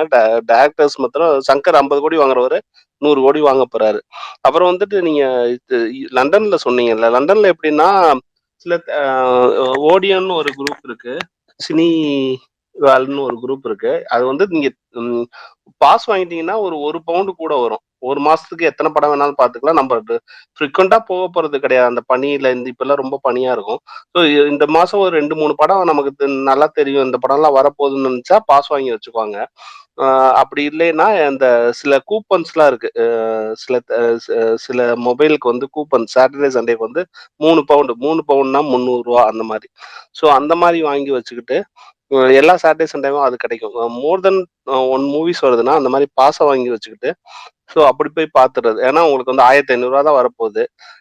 இது நீங்க ஒரு டிக்கெட்டுக்கும் நீங்க 1500 ரூபா எடுக்கணும். அதுக்கு பதிலாக இந்த மாதிரி பாஸ் வாங்கி வச்சுட்டு 4-5 படம் இந்த மாசம் வரப்போகுது. இப்போ வந்து பொங்கலுக்கு உங்களுக்கு தெரியுது 4 படம் வரப்போகுதுன்னா அந்த பாஸ் வாங்கி வச்சுட்டு அதே ஒரு படம் பார்க்குற காசுல 4 படத்தை பார்த்துட்டு போயிட்டே இருப்பாங்க. ப்ரோ அது ஆனா உங்களுக்கு இந்தியன் மூவிஸ் கிடையாது இல்ல ப்ரோ, ஒன்லி ஹாலிவுட் மூவிஸ் மட்டும் தான். இல்ல எல்லா மூவிக்குமே இருக்கு. யார் சொன்னா இந்தியன் மூவிக்கு இல்லைன்னு சொல்லிட்டு? எல்லா மூவிக்குமே இருக்கு. அங்க வந்துட்டு இந்த சில நெட்வொர்க்கும் இருக்கு. அந்த நெட்வொர்க்லாம் குடுக்குறாங்க. லைக்காலாம் குடுக்குறது இல்ல. சில நெட்வொர்க்ஸ் இருக்காங்க. சாட்டர்டே, சண்டேக்கு மட்டுமே நமக்கு பாஸ் கிடைக்கும். 3 பவுண்ட்னா நம்ம ஊர் காசு ரூ. 300 தான். அதனால பிரச்சனை கிடையாது.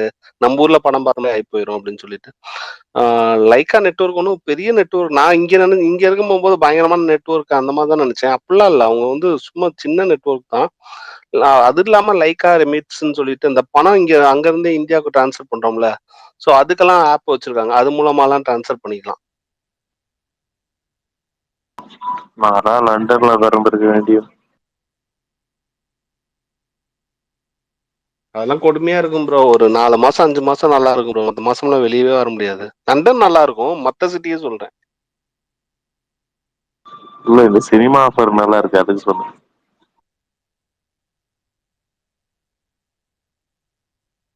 பிவிஆர் இப்பதான் ஆரம்பிச்சாங்க. அவங்க முன்னாடி இருந்தே வச்சிருக்காங்களே.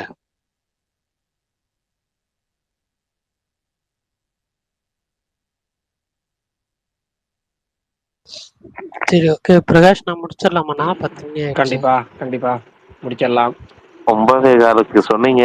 தோழர் உள்ள வந்ததுக்கு அப்புறம் 3/4 மணி நேரம் கண்டென்ட் கொடுத்திருக்காரு ஒன் மேன் ஆர்மியா.